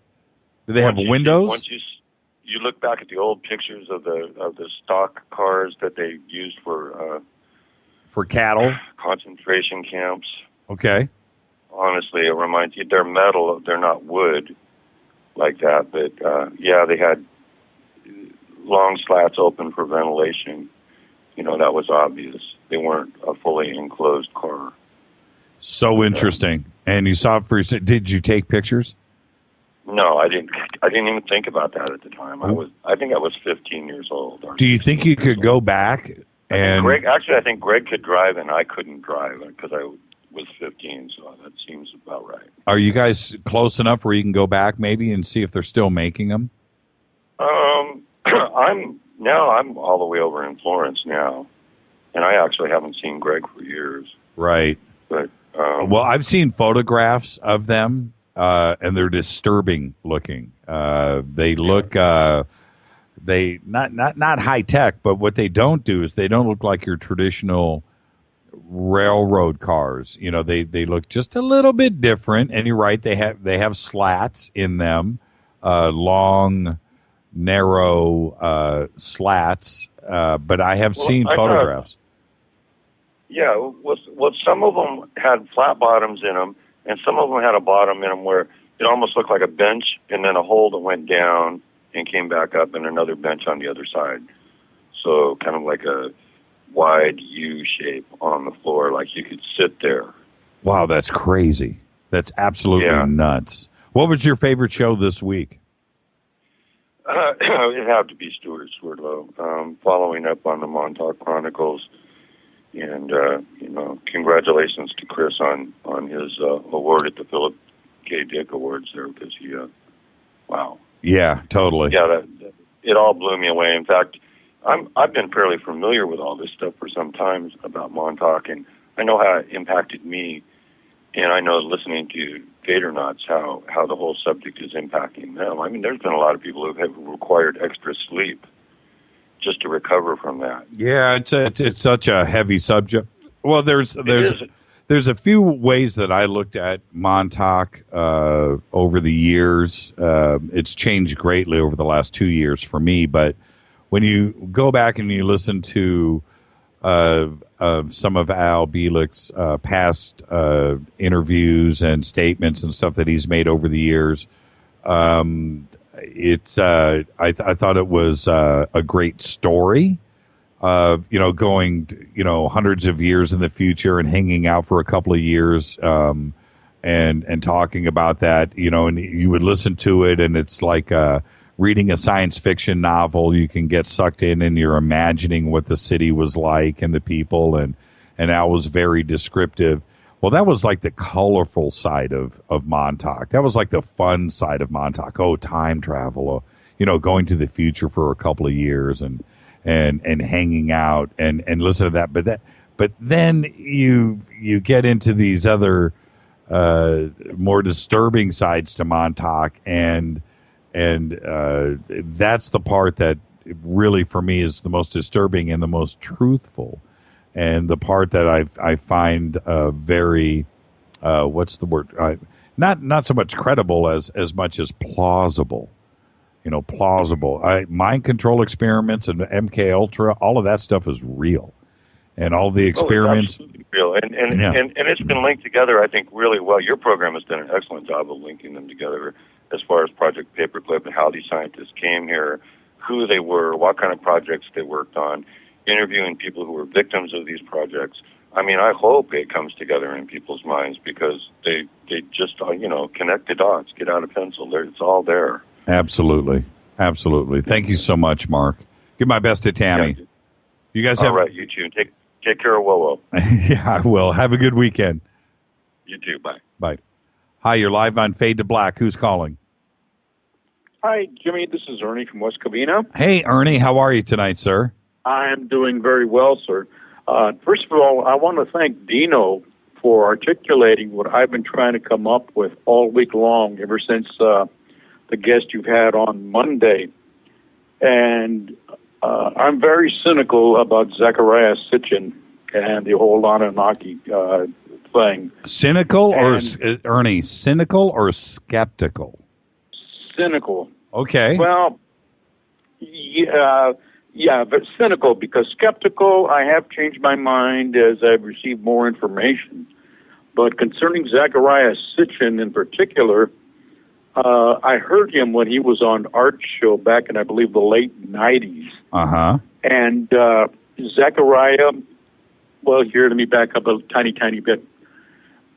Art would not confront him, but he would contest him. And Sitchin always went back to, it's in the book. It's in the book. Read the book. Buy my book. Right. Or didn't you read that in my book?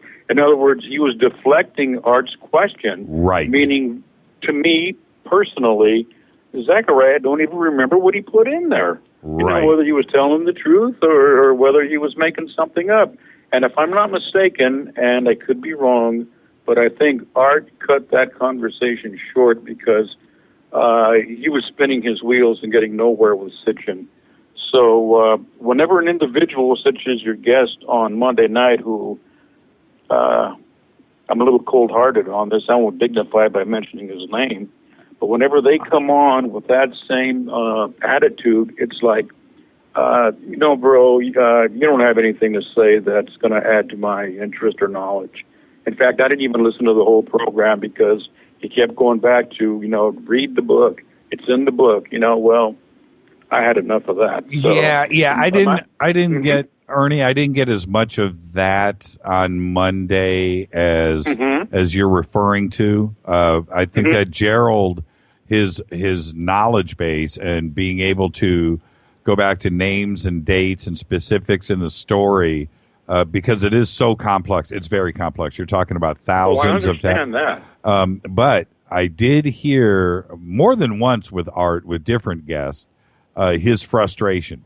And he would definitely do exactly what you're talking about. I'm not going to name names because one of the guys he had issues. One of the guys he had issues with were trying to get booked on the show right now.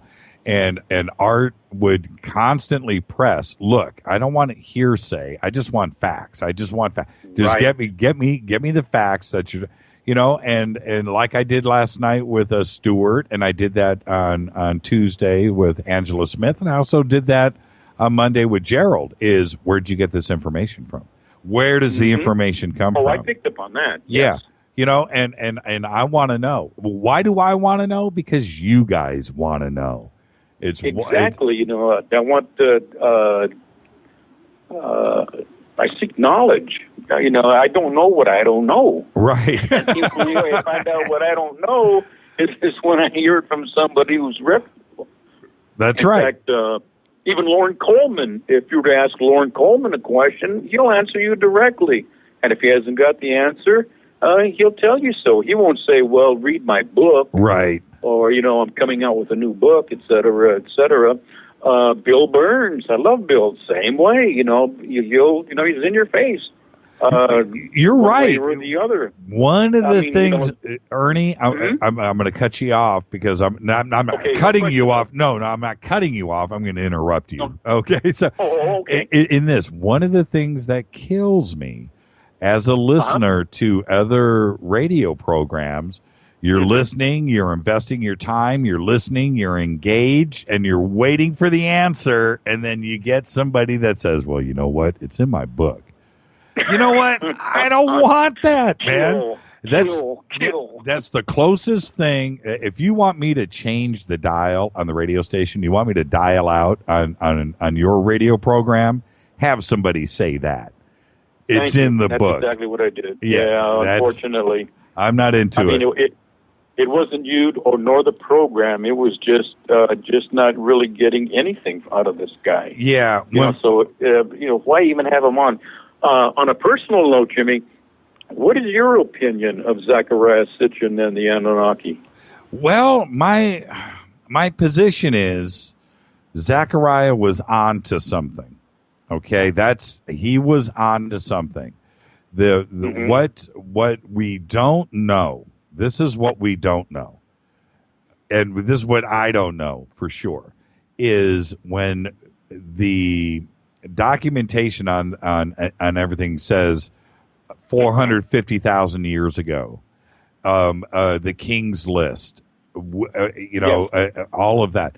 We don't know if that is fantasy, if that is fiction, or if that is based on pure fact. Because archaeology tells us one thing, Ernie, that 3,500 BC, man learned everything, right? 4,000 BC, whatever that date is, pick it out. But it's certainly not 400,000 years old. There isn't a book on this planet that is in a college somewhere where teaching archaeology and world history and ancient history that says man was farming for gold or mining for gold 400,000 years ago on planet Earth. It doesn't exist.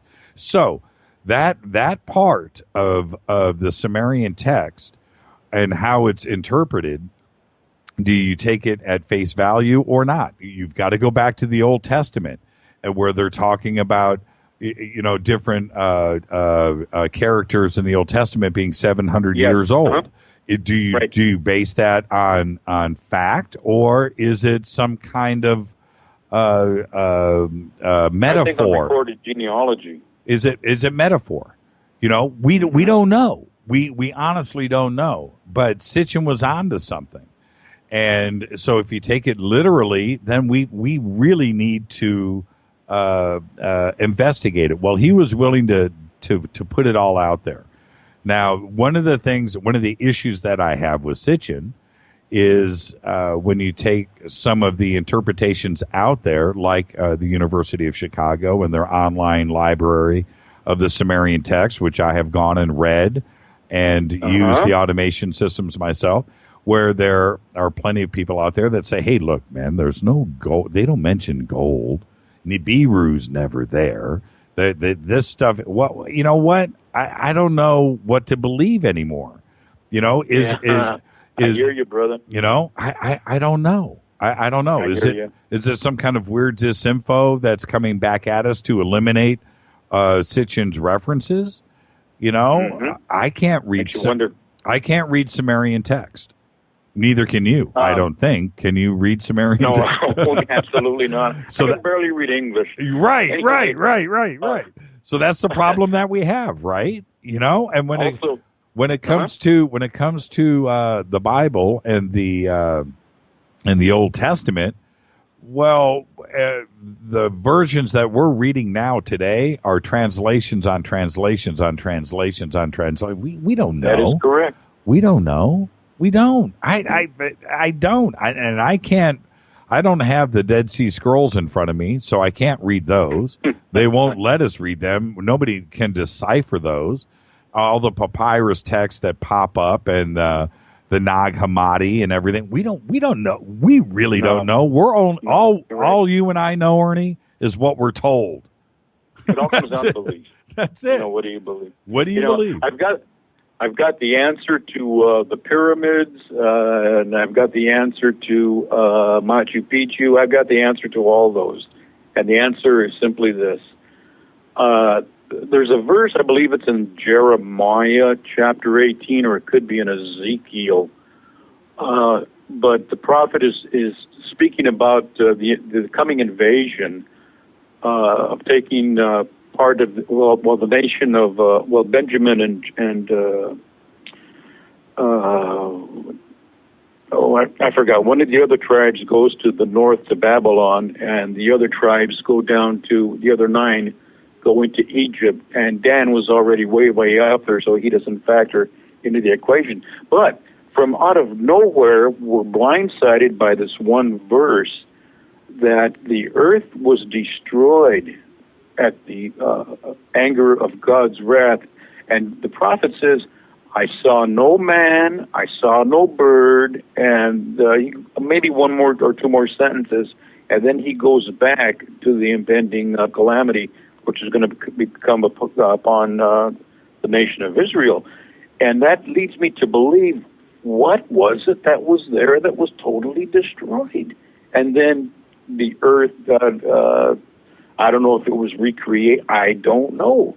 But this is just so far, it just intrigues me so much that I consider it's just a little hint that, once again, I don't know what I don't know.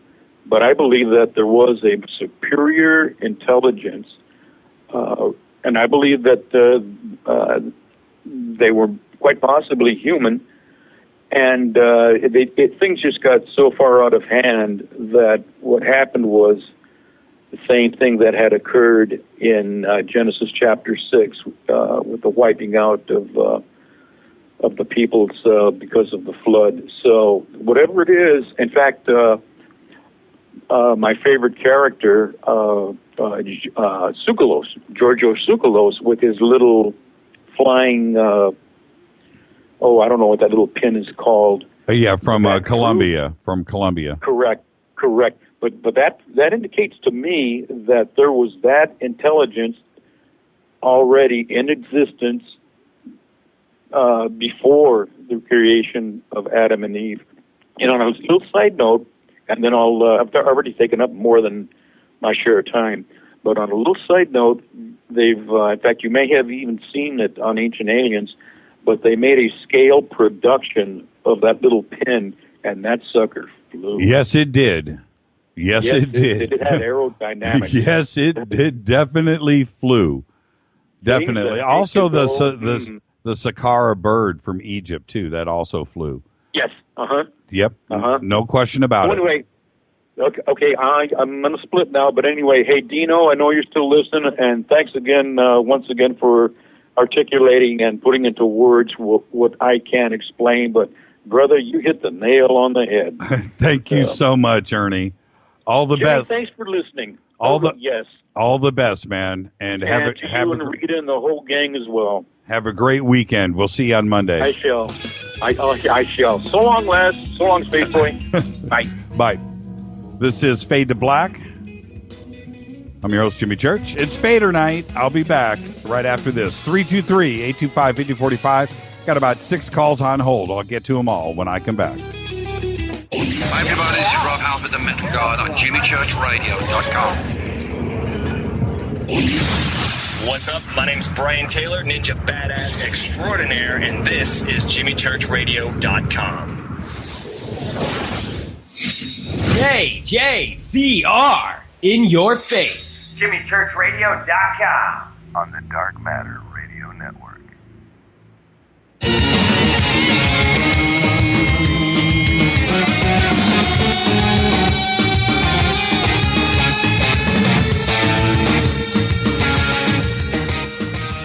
All right, everybody, welcome back. It's Fader Night.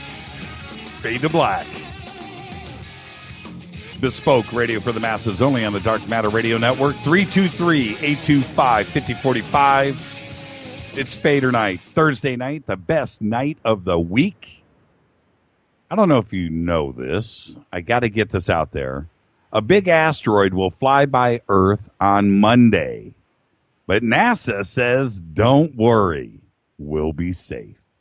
The asteroid is called 2004 BL86. It'll come about 745,000 miles from Earth, or about 3 times as far away as the moon. The asteroid, known as 2004 BL86, is big. It's about a third of a mile across in size. It will be the closest known asteroid this large to pass near Earth until 2027. That's when an asteroid called 1999 AN10 flies by Earth. This asteroid is also interesting because you might be able to see it with strong binoculars. That's a rare opportunity for all of us. NASA scientists say they'll snap radar-generated images using the Deep Space Network antenna at Goldstone, California, and the Arecibo Observatory in Puerto Rico. If you don't have binoculars or a scope, don't worry. You can watch from the comfort of your computer on the Virtual Telescope Project 2.0. That's the Virtual Telescope Project 2.0. You can Google that. The asteroid was discovered on January 30th, 2004 by a telescope of the Lincoln Near-Earth Asteroid Research, that's called Linear Survey, in White Sands, New Mexico. Also, on May 14th, now check this out. This hit the news this week, and I found it a little disturbing, and also because we had Seth Shostak on the show, and I don't remember him mentioning this. On May 14th, 2014, scientists at Swinburne University in Australia caught a huge high-energy burst of radio waves on Cicero Park's radio telescope in eastern Australia. It was called a fast radio burst. The signal lasted a few milliseconds, but it gave off as much energy as the sun does in a day. Whatever caused the cosmic radio burst must be cataclysmic, huge, and at least 5.5 billion light years from Earth, astronomer Emily Petroff of Swinburne University told New Scientist magazine. The study on the fast radio burst was published this week in monthly notices of the Royal Astronomical Society. Fast radio bursts are still a great cosmic mystery. The cosmic radio bursts were first discovered at Parkes Radio Telescope's archival data in 2007. It was called the Lorimer burst, and it lasted for only 5 milliseconds. For years, the scientific community debated if the radio bursts were real or a flaw in the data. Since then, 7 events have been uncovered in Parkes data and in data from the Arecibo telescope in Puerto Rico. Based on early estimates, scientists believe there could be as many as 10,000 of these radio bursts a day, each lasting only a few milliseconds. No one knows what they are. The other disturbing thing is the last time that this happened, back in May, it's happening in real time. So those guys get on the phone. It reminded me of, the opening scene of Independence Day, or maybe Contact. Right? The signals are coming in. So they jump and they notify other radio telescopes around the Earth. There was a total of 10 that were pointed immediately to confirm that this was going on in real time, and they all captured it. But we didn't find out. Nobody spoke to us. It was look, is it alien or not? I don't care. I just want to know. We're finding out about this. This was May 14th of last year, and we're finding out about this today. And is this how if something like this actually happens, just like this really happened, that the data is suppressed, shouldn't they let us know that day, the next day, what is really going on? That's the disturbing part. They stumble upon this. They point all the telescopes around the world. They get it. They confirm it. They know it's there. It's happening. And we don't know. Nobody is telling us.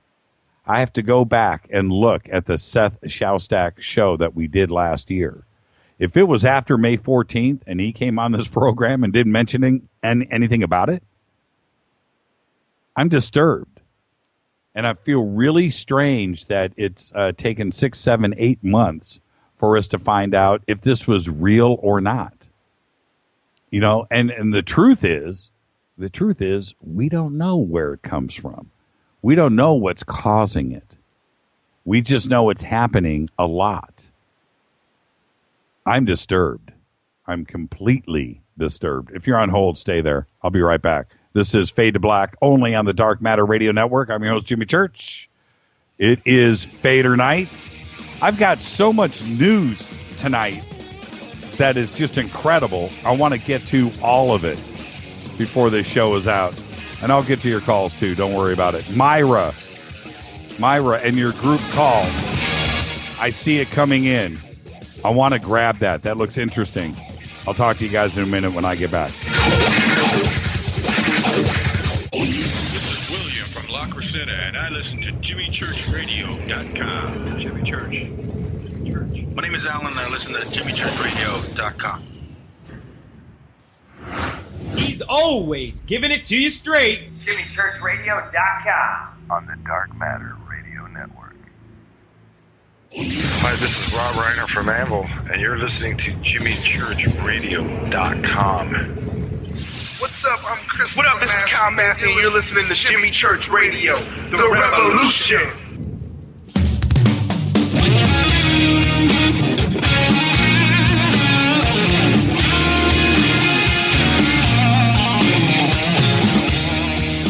All right. Fade to Black, only on the Dark Matter Radio Network. I'm your host, Jimmy Church, bespoke radio for the masses. Tonight is Fader Night. Calls are lined up, 323-825-5045. 323-825-5045. You can also Skype in, Fade to Black 14. Plans to route 9/11 location calls via Russia's GLONASS satellite system have sparked national security concerns among some members of Congress, despite assurances that its use will be limited and it will help save lives in emergencies. Chairman of the Armed Services Committee, Representative Mike Rogers, has sent an angry letter to the Secretary of Defense and the Director of National Intelligence, the DNI, after learning about the intentions of the U.S. Federal Communications Commission, the FCC, to use this system. I'm quoting here. In view of the threat posed to the world by Russia's Vladimir Putin, it cannot be seriously considered that the U.S. would rely on a system in that dictator's control for its wireless 9/11 location capability. Listen to this. The plan to use the Russian system, turn down the radio, the plan to use the Russian system was developed by a group of U.S. top... Okay, well, stay with this, Myra. Stay with us. The plan to use the Russian system was developed by a group of U.S. top mobile operators, together with Association of Public Safety Communications Officials and the National Emergency Number Association. GLONASS was chosen because similar U.S. systems, get this, don't cover the required territory, and GLONASS is a lot better than GPS in locating mobile phones when the call is made from inside a building. That is freaky. How you doing tonight, Myra? I'm doing okay. What's shaking? That was a weird call that you were coming in with. Who was with you on that call? Pardon me. Oh yeah, we were together with the call before, but now it's gone. It's because I took a day off tomorrow. Okay. It looked like there was a group of people calling in with you at the same time.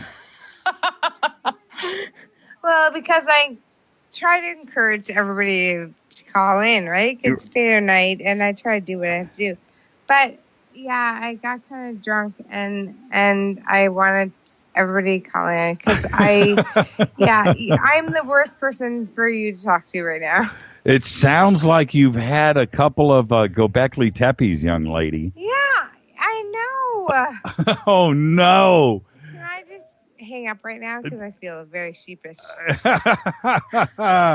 Myra, okay, before you go, what was your favorite show this week? You remember, we had Gerald Clark on Monday. Jared Clark for sure. Yeah, he was pretty amazing, wasn't he? Yeah, he was very, very. Yeah. What about Stuart Swerdlow last night? Did you listen to that broadcast? I did until I had to go to bed. But it was really, really good.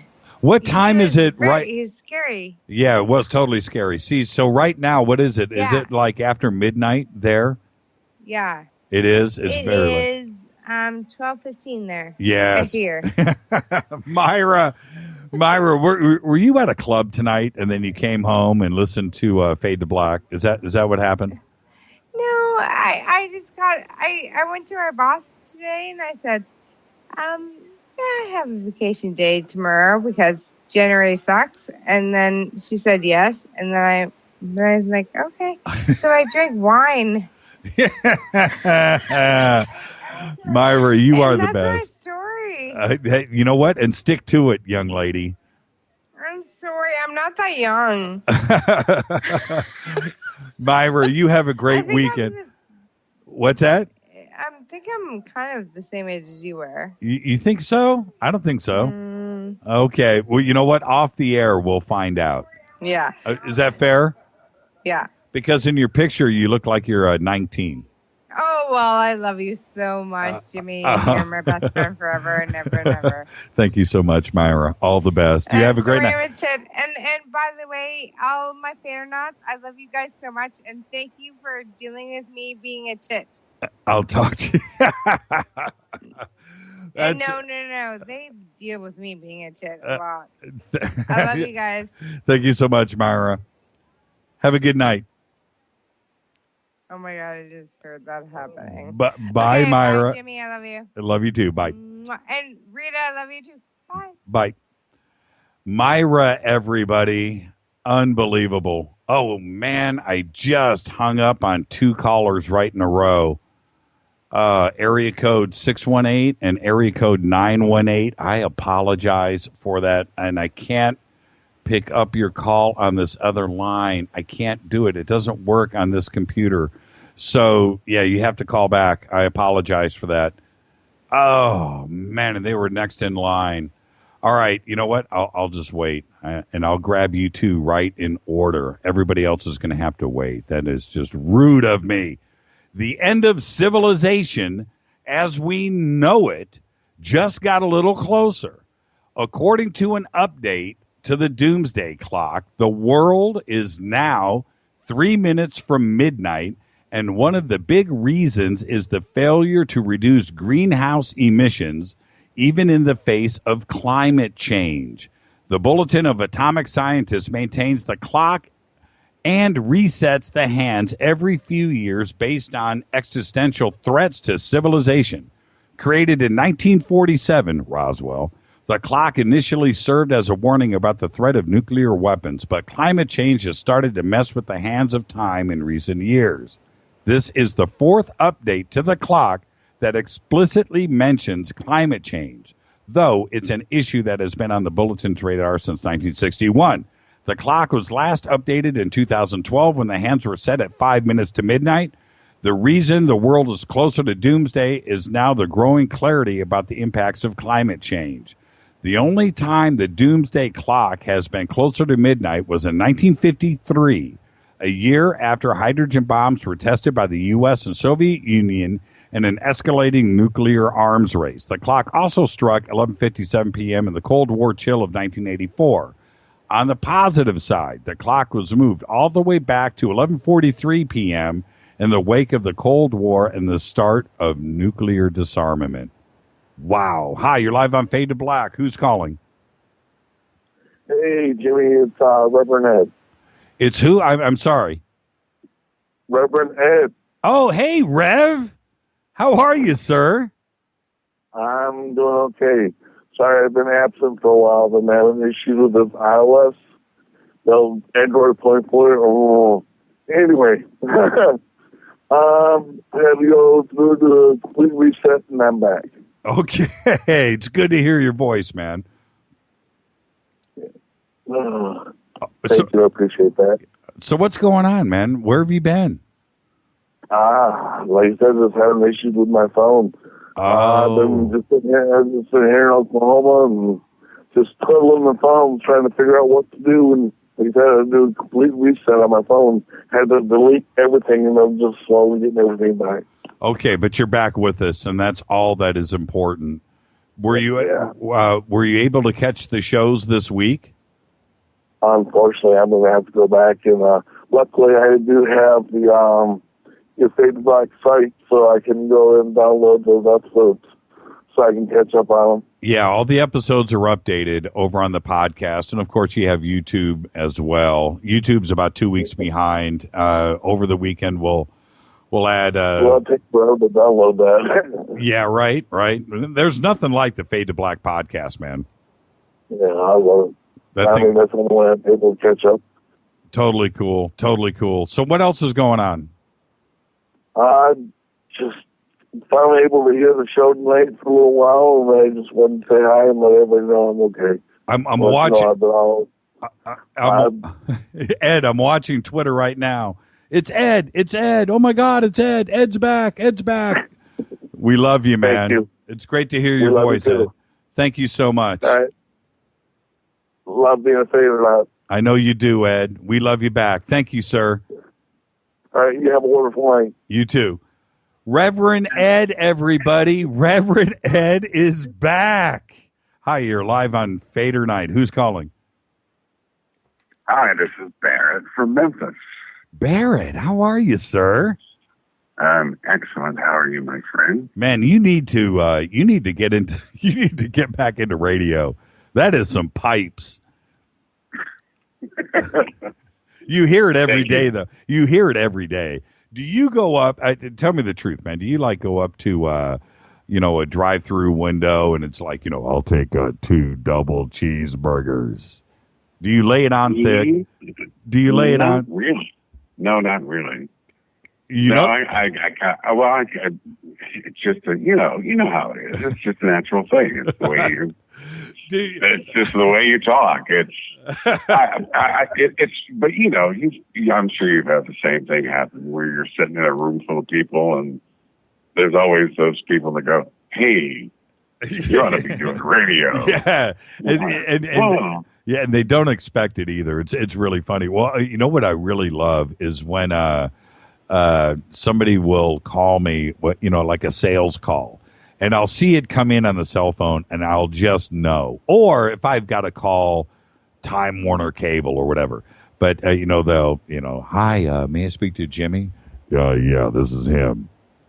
And I'll just get this pause. They don't even know what to do. You've got the wrong number. Oh, and then, that's it. I have done that. I know you have. It's one of the best bullets that you have in the gun is to freak somebody out. And I'll love it. I'll say it right now. I'll love it when I'll get some sales call. It'll be a guy. And, hi, may I speak to James? Oh, I love your voice. You know what? I'll get the click. Oh, you sound good. That's it. They'll never absolutely ever call back.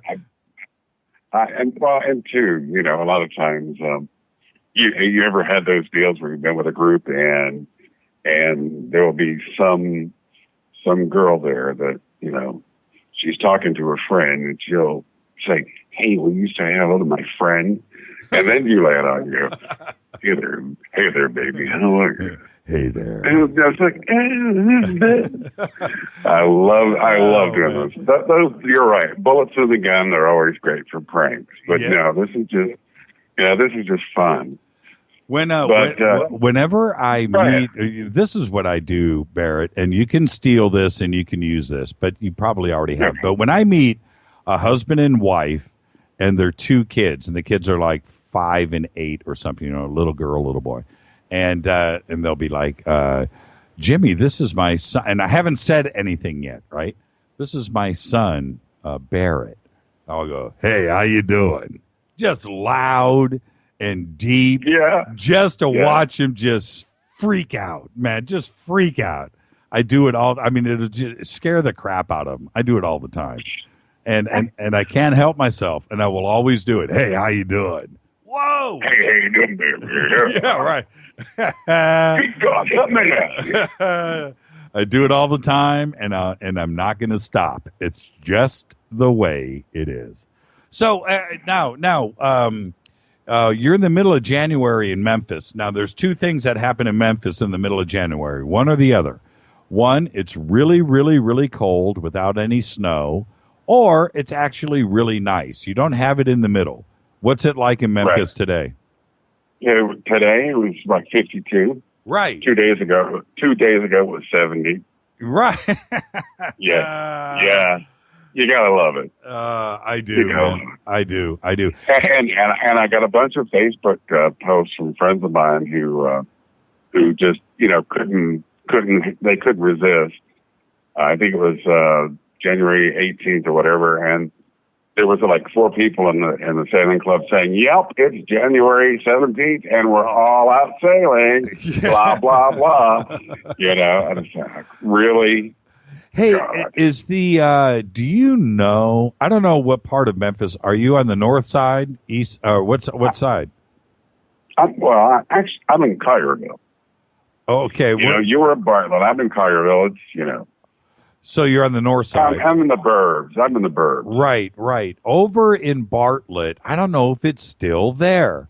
And if anybody's in Memphis right now listening, tweet in at JChurch Radio right now. Is the Stage Stop still there? The rock and roll club that was up in Bartlett that had rock and roll cover bands. It was a great little bar. The Stage Stop in Memphis. Have you heard of it? Yeah, I have, and it's gone. Oh, it's gone. The Stage Stop is gone. Yeah. Oh man, how about the Omni New Daisy? Is it still rocking on Beale Street? Well, in a newer, different iteration. That's a bad conversation. There's a lot of crazy stuff that has gone really well, and there's been a lot of changes. I mean, just in the last half dozen years, they've done a lot of security updates and put up a lot of cameras and this and that and the other, and they've had a new administration who's tried to really make things a lot safer for everyone, Mm-hmm. And so there were some issues with the Omni New Daisy, but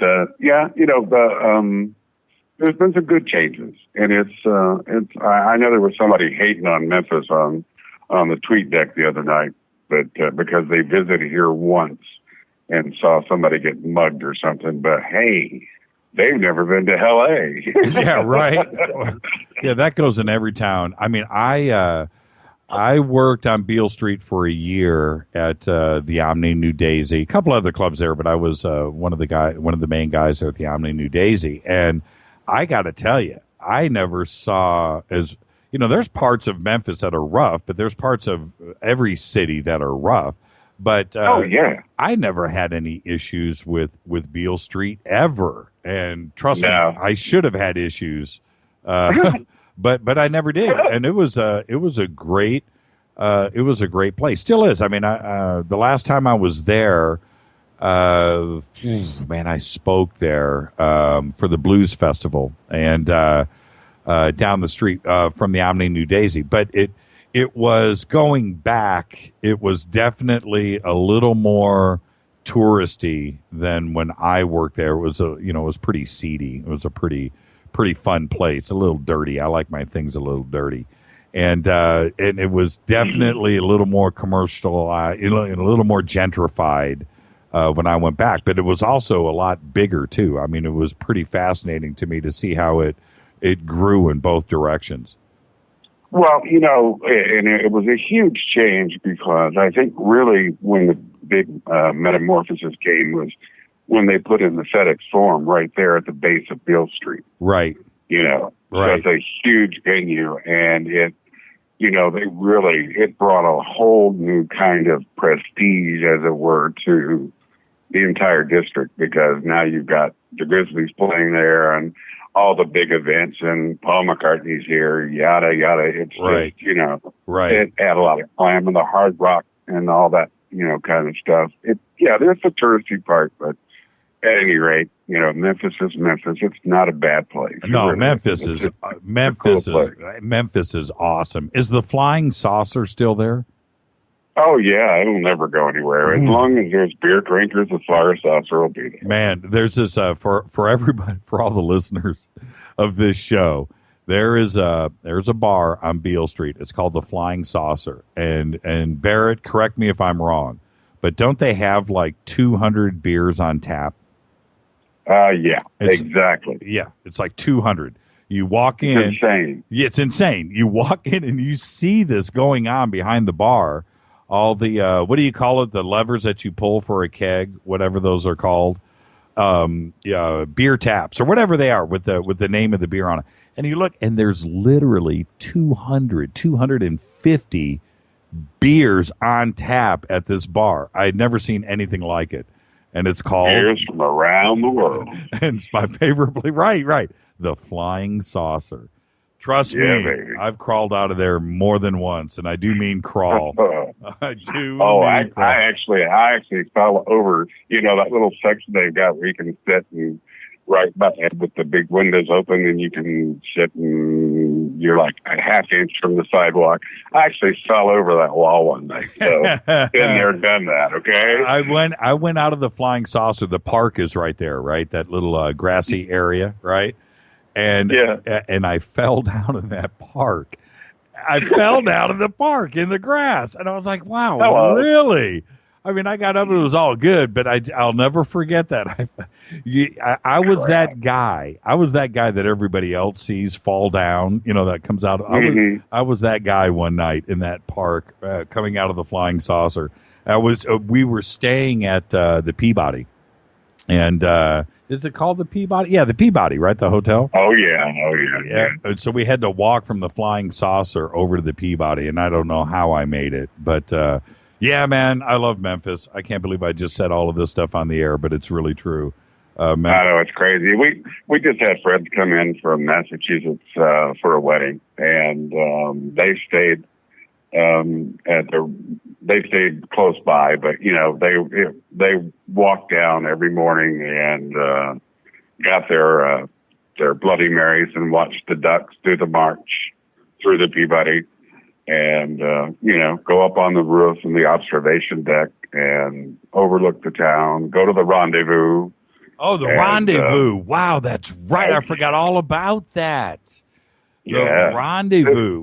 What street is that on? The street that's faces the river. No, actually, the rendezvous is in the alley. Yeah, it's in the alley. The access is in the alley, yes. Yeah. Man, I missed. Go ahead. I missed the rendezvous. Somebody just tweeted. Let me take a look here. I have to click. Let me click here. They have a Flying Saucer in Raleigh, North Carolina, and Dallas, Texas. It's a mini chain, and yes, they have 200 tappers. That's from Klaatu. Yes. So there you go. Hey, I got to bring this guy on. You ready? I got to hear you guys talk together. Gene. Okay. We have 200 tappers. That's from Klaatu. Hey, Gene, turn it down. Hey, I got this guy on. You ready? I got to hear you guys talk together. Gene. Gene. I'm ready. Okay, I'm going to take it. Hey, Gene, listen to me. You can hear me right now. I'll bring you right back on. I'll put you in the front of the line here, but you got to turn down the radio. I got to hear Barrett, you and Gene talking at the same time with me. Okay. Yeah, it's going to mess everybody's head up. It's going to mess everybody's head up. Oh, man. What was I? Lucky Taffy. We'll do it together. Yeah, right. So, Barrett, what was your favorite show this week? Actually, it was Gerald. I've heard him. I read his first book, and I've heard him on a few interviews, and I've watched his some of his YouTube stuff. I as one of your previous callers were saying, I don't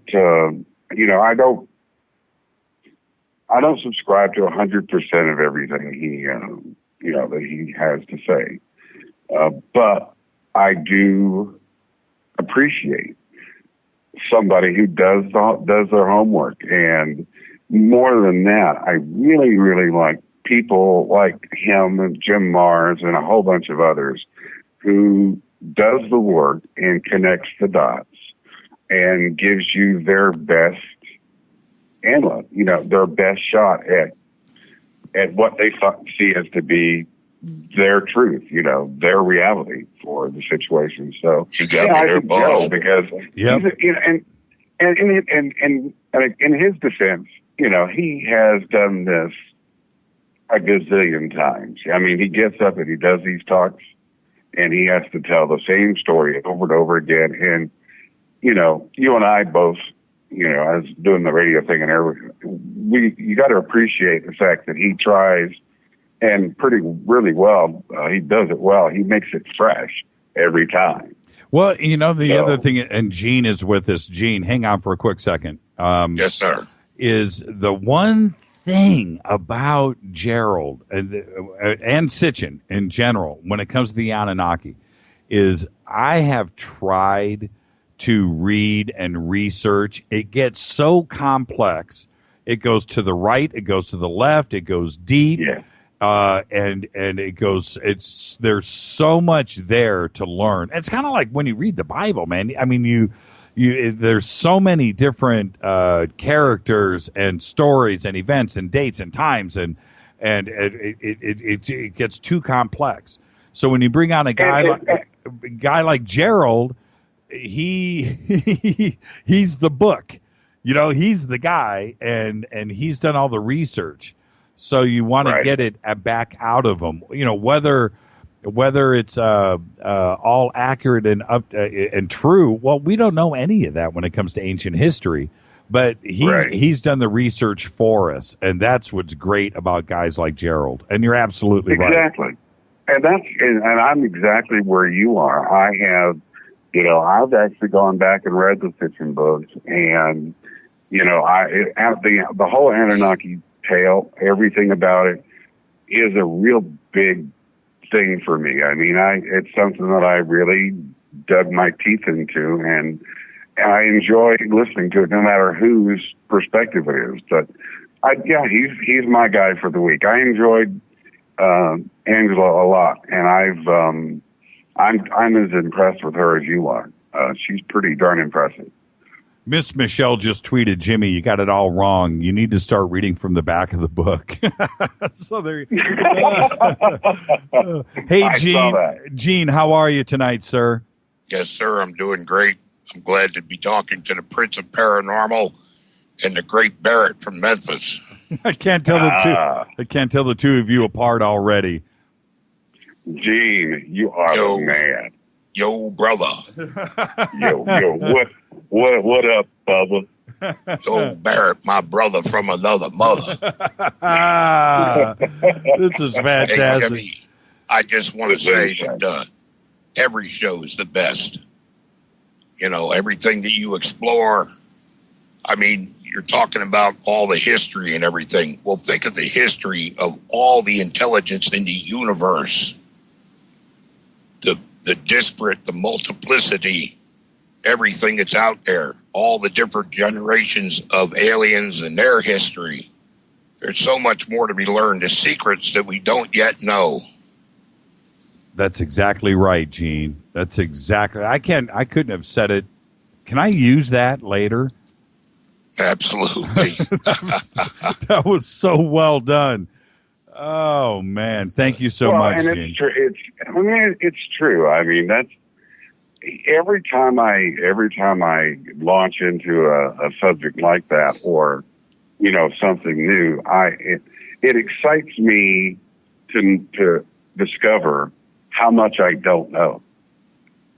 Yeah, and I get turned on by it. I do, because and to go to Gene's point, the fact that you will bring in someone from all these different perspectives on the same topic, and then grind it up with all you dash it up with all new fresh topics.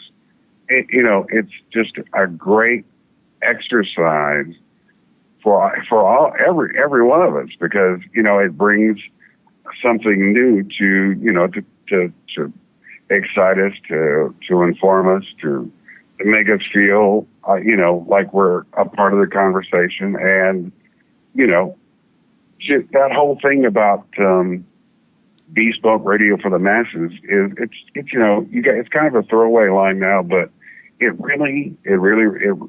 means a lot, because it's a platform that you brought that I think it's way different than anything else that I'm hearing out there. Well, you know what it was like when you were a little kid, and you always had that uncle that would tell you stories, and you're a young kid, and you would listen to him, and you're just you're just soaking it up, and you want him to tell you more and more, and you're just sitting there. That's what it's like for me. I'm able to sit here and talk to these guests, and I am just I'm that little kid with his uncle, at some family gathering where I'm just sitting there just But Jimmy, I'd like to make a comment that you have the perspective to ask the most succinct questions, to bear down, to bring everything that the person you're interviewing has out, and to share it with all of us. Thank you, Gene. Well, it's smoke and mirrors in a lot of ways, because everybody is so smart. And although I'd like to investigate and research and know a lot about a subject going into an interview, because of my fascination with the topics, but I'm still that little kid. As much as I'd like to think that I know, there's so much that I find out at every program. I know nothing. I truly know nothing. I don't know about that. Go ahead, Barrett. Oh, you guys are too much. It was a great week. Hey, Gene, what out of everybody this week, what was your best night? Well, Mr. Swirlov had me really going, it was so bizarre, that he took blood from Christ's toe on the cross, and everything that he said, it was just, it gave me a new perspective. The universe that man lives in is far different than anything that any of us have ever experienced. That's right. And somebody said, I don't know where I saw today, if it was an email or somewhere else, but somebody made a comment that he was sent there, the first trip, he was sent there with a gun, to on an assassination run.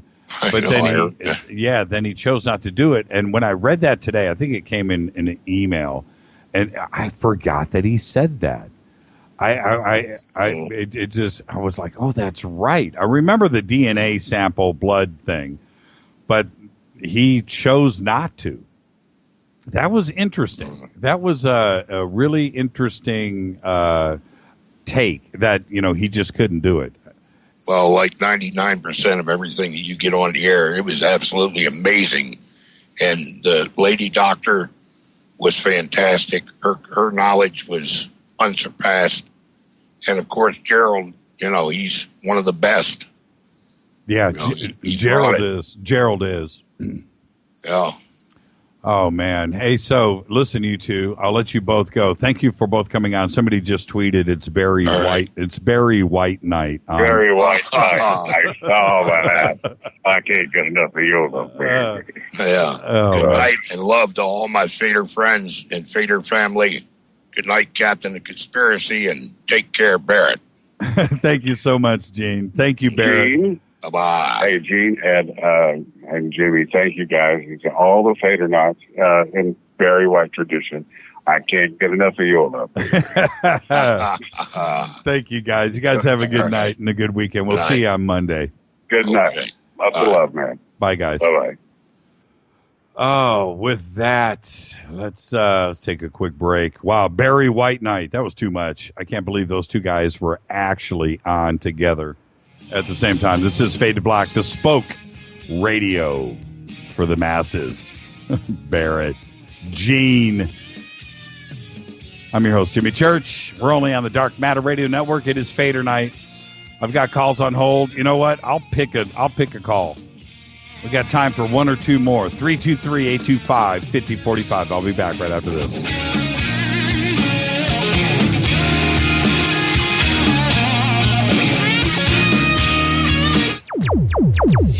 Despite popular opinion, reading a book will not make you smarter. But listening to Jimmy Church will.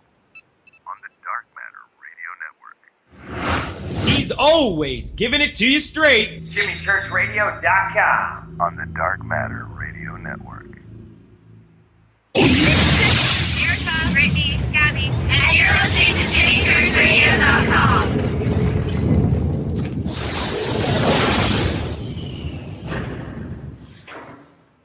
This is KJCR at JimmyChurchRadio.com. On the Dark Matter Radio Network.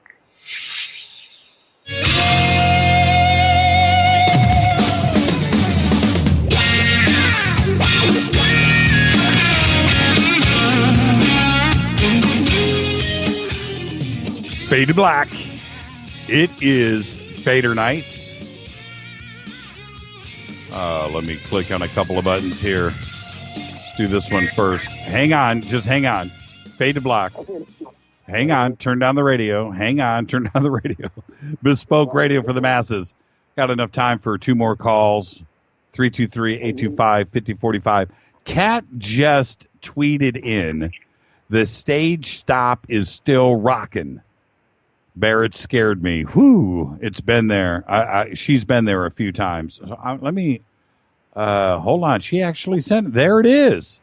The stage stop has been Memphis' historic rock venue with the same owner, same location for over 35 years.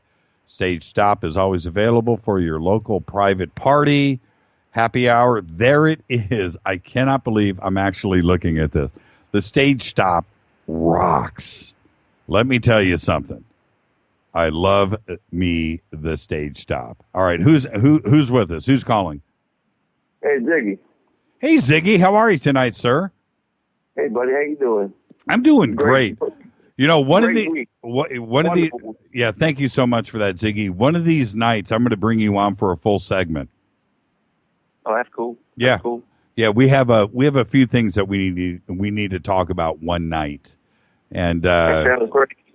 so and you and I know what we're talking about. We won't do that now, but we'll save that for later. But we've got to get you on for a full night. Okay, dude. Sounds great. But wonderful job this week. I mean, it was fantastic. You know, it's you get the iPad working. You get the cell. I'm listening to you on the cell phone, and I got to go to the iPad to make the phone call. It's got too many gadgets working. Right on, man. Right on. What was your favorite night this week? I think last night it was strange. You know, when you brought up about getting DNA from Christ, that was he was off the wall. You know? Well, you know, and I talk about it all the time, Ziggy, but the truth is, you know, I grew up just like everybody else listening to really cool late night radio, and you get taken on a trip and you get sucked in and you listen to the story. And that last night was exactly what it's all about. It was just too much. I loved it. Stewart was amazing. Well, what about Wolfman Jack in Beaker Street? Oh, yeah, man. Yeah, man. Yeah. Yesterday was his birthday, too. Yeah, I know. Yeah. Yeah, too much. I'm bringing in really quick, Ziggy. Say hi to Les. Les is with us. Hey, Les. How you doing, dude? Yeah, Ziggy, how you doing? Okay, brother. We chat on Twitter a lot. Yes, you do. That's what's great about the Fader Not family. You know, you guys are friends, and there you go. Yeah. Now you guys are talking for the first time, so there you go. I feel blessed. Okay, I'm calling right outside of New Orleans, so we're getting ready for Mardi Gras. So y'all need to come on down. Oh man, I've done Mardi Gras one time. I'm lucky to be here to even say that I was there. Woof. It's wild. It is. I'd love to go one night, 1 year. Oh, It'd be man. great. New Orleans is no joke. No joke. Other cities can claim, they can say whatever they want, man, but Nolens is no joke, man. They've got that patented and copywritten, and it's all there, man. Oh. It's the only place where you can have a hurricane and drink a hurricane at the same time. At the same time, and laugh about it too, man. Yeah. Oh man, too much. So Zig, any questions? No, buddy. I just called in to say hi, and like I said, it was a great week, and I'll go with into withdrawals for 3 days now, waiting for money to come back. So, okay, now. Okay. Church. Well, I'll make this announcement right now because the email just came in real time during the show. Been trying to lock this guy down all week. It looks like on Monday we have James Gilliland with us on the show. All right. Yeah. Really? Man. Yes. How cool is that? Look, I'm looking at his email now, and it's yes, ! 3 times. So there you go. James Gilliland will be with us on Monday. So I'm just doing that in real time. I just watched it pop in, and I'm so fired up about that. So there you go. Okay, well, we'll have to sign off, and I know it's getting close. And when you go off, Coast to Coast comes on, and I can't wait for you to host that again. So, well, it'll be a long night. There you go. Thank you so much, Ziggy. Okay, buddy. Well, you be good, and love the show. Thank you, Zig. All the best, brother, and you have a great weekend, and we'll see you on Monday with James Gilliland. Okay, Les. Bye-bye. Thanks for calling in, Zig. Okay. Oh, I cut him off. I thought he was done. Sorry about that, Ziggy. I didn't mean to do that. I'll be polite and say I'm sorry. Crazy week this week on Fade to Black, huh, Les? Yeah. Gerald Clark, Dr. Angela, Stuart. My gosh. I mean, each week you bring people on this show that can totally shift what a person believes in. It's, shift their whole paradigm, dude. Yeah, totally. It's funny, man. It's getting so repetitious for me to get here on Thursday and say the exact same thing about the previous week. It's just like, man, how did we do that? How do we top this? I say it every single week. And you go back 3, 4, 5 months and I was saying the exact same thing on Fader Night. And it's just the way that it is. And it's, now it's kind of like on autopilot. We have expectations, we have expectations.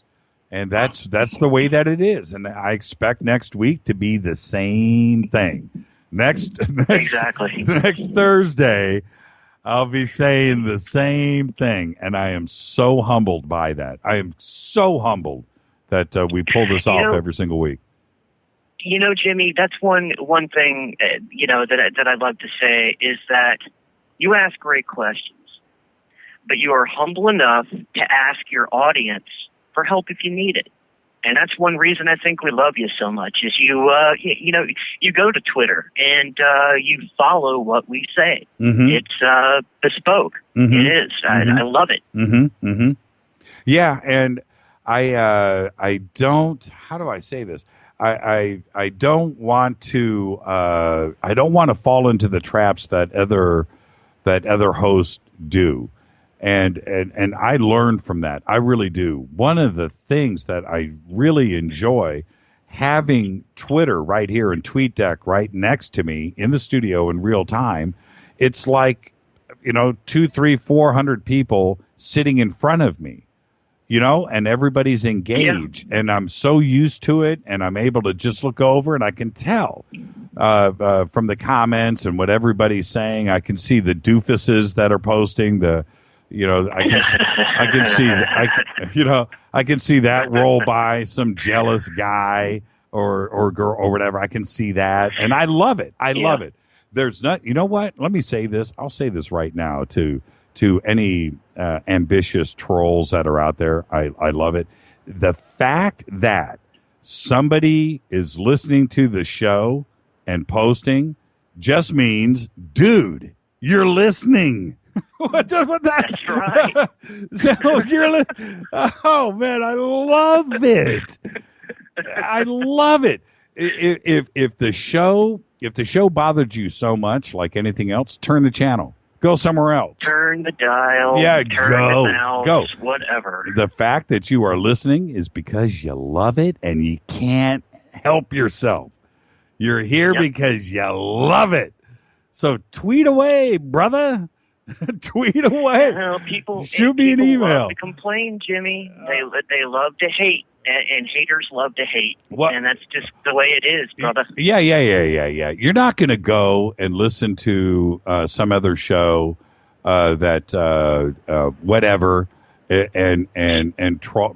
You know what I mean. You're just not going to do it. If you're doing it here, that's because you care and you can't help yourself, and you're listening because you love it. That's why you're listening. That's it. That's the end of the story. It's the end of the story. There's nothing else to comment on. I love it. Shoot me an email, man. I'll definitely write you back, and I do. So there you go. And that's why another reason we love you, my brother. What's that? You will write people back. I do. I spend hours every single day returning email. I do. Yeah. I absolutely do. I'll also go over to YouTube, and I'll check out almost every single thing, and I'll try to, if I can get there, I'll try to reply. It's funny because I'll get people that go, "Dude, really? You're actually reading this stuff?" And I'm thinking to myself, well, what do you think? When you're writing and you're posting something, are you hoping that I'm not going to read it? What's the deal? No, I read it and I reply, and I really do. I do. I try to reply to every single email that comes in. Trust me, Rita will go, Jimmy, you are going to write a real reply. Do not go, hey man, cool, thanks. No. So I'll say, and she'll make me write a page. It's like turning it into your teacher so you can get your gold star. She's got to read my email. All right, let's go. We're behind. Go ahead. Go. All right, Jimmy, would like to thank all the callers and the new callers who phoned home tonight. Stay tuned. Coming up next is Night Watch, followed by Spooky South Coast. Special thanks to Keith Rowland and Art Bell. Fade to Black executive producer is Rita Kamurian. Show is produced by Hilton J. Palm and Mark D. Kovar. Special thanks to LJ3, that's me, Renee, and Jonas. Announcers are Steve Harder, Gene Bateau, and Mark D. Kovar. Fady by Dale. Webmaster is Method of Signaling. Music by Doug Aldrich. Intro by SpaceboyMusic.com. Fade to Black is produced by KJCR for the Dark Matter Radio Network. And with that, for the week, we are out of here. Thank you, Les. Everybody be safe. Have a great weekend. Monday, James Gilliland right here on Fade to Black. Be safe. See ya. See you, Les. See you, brother.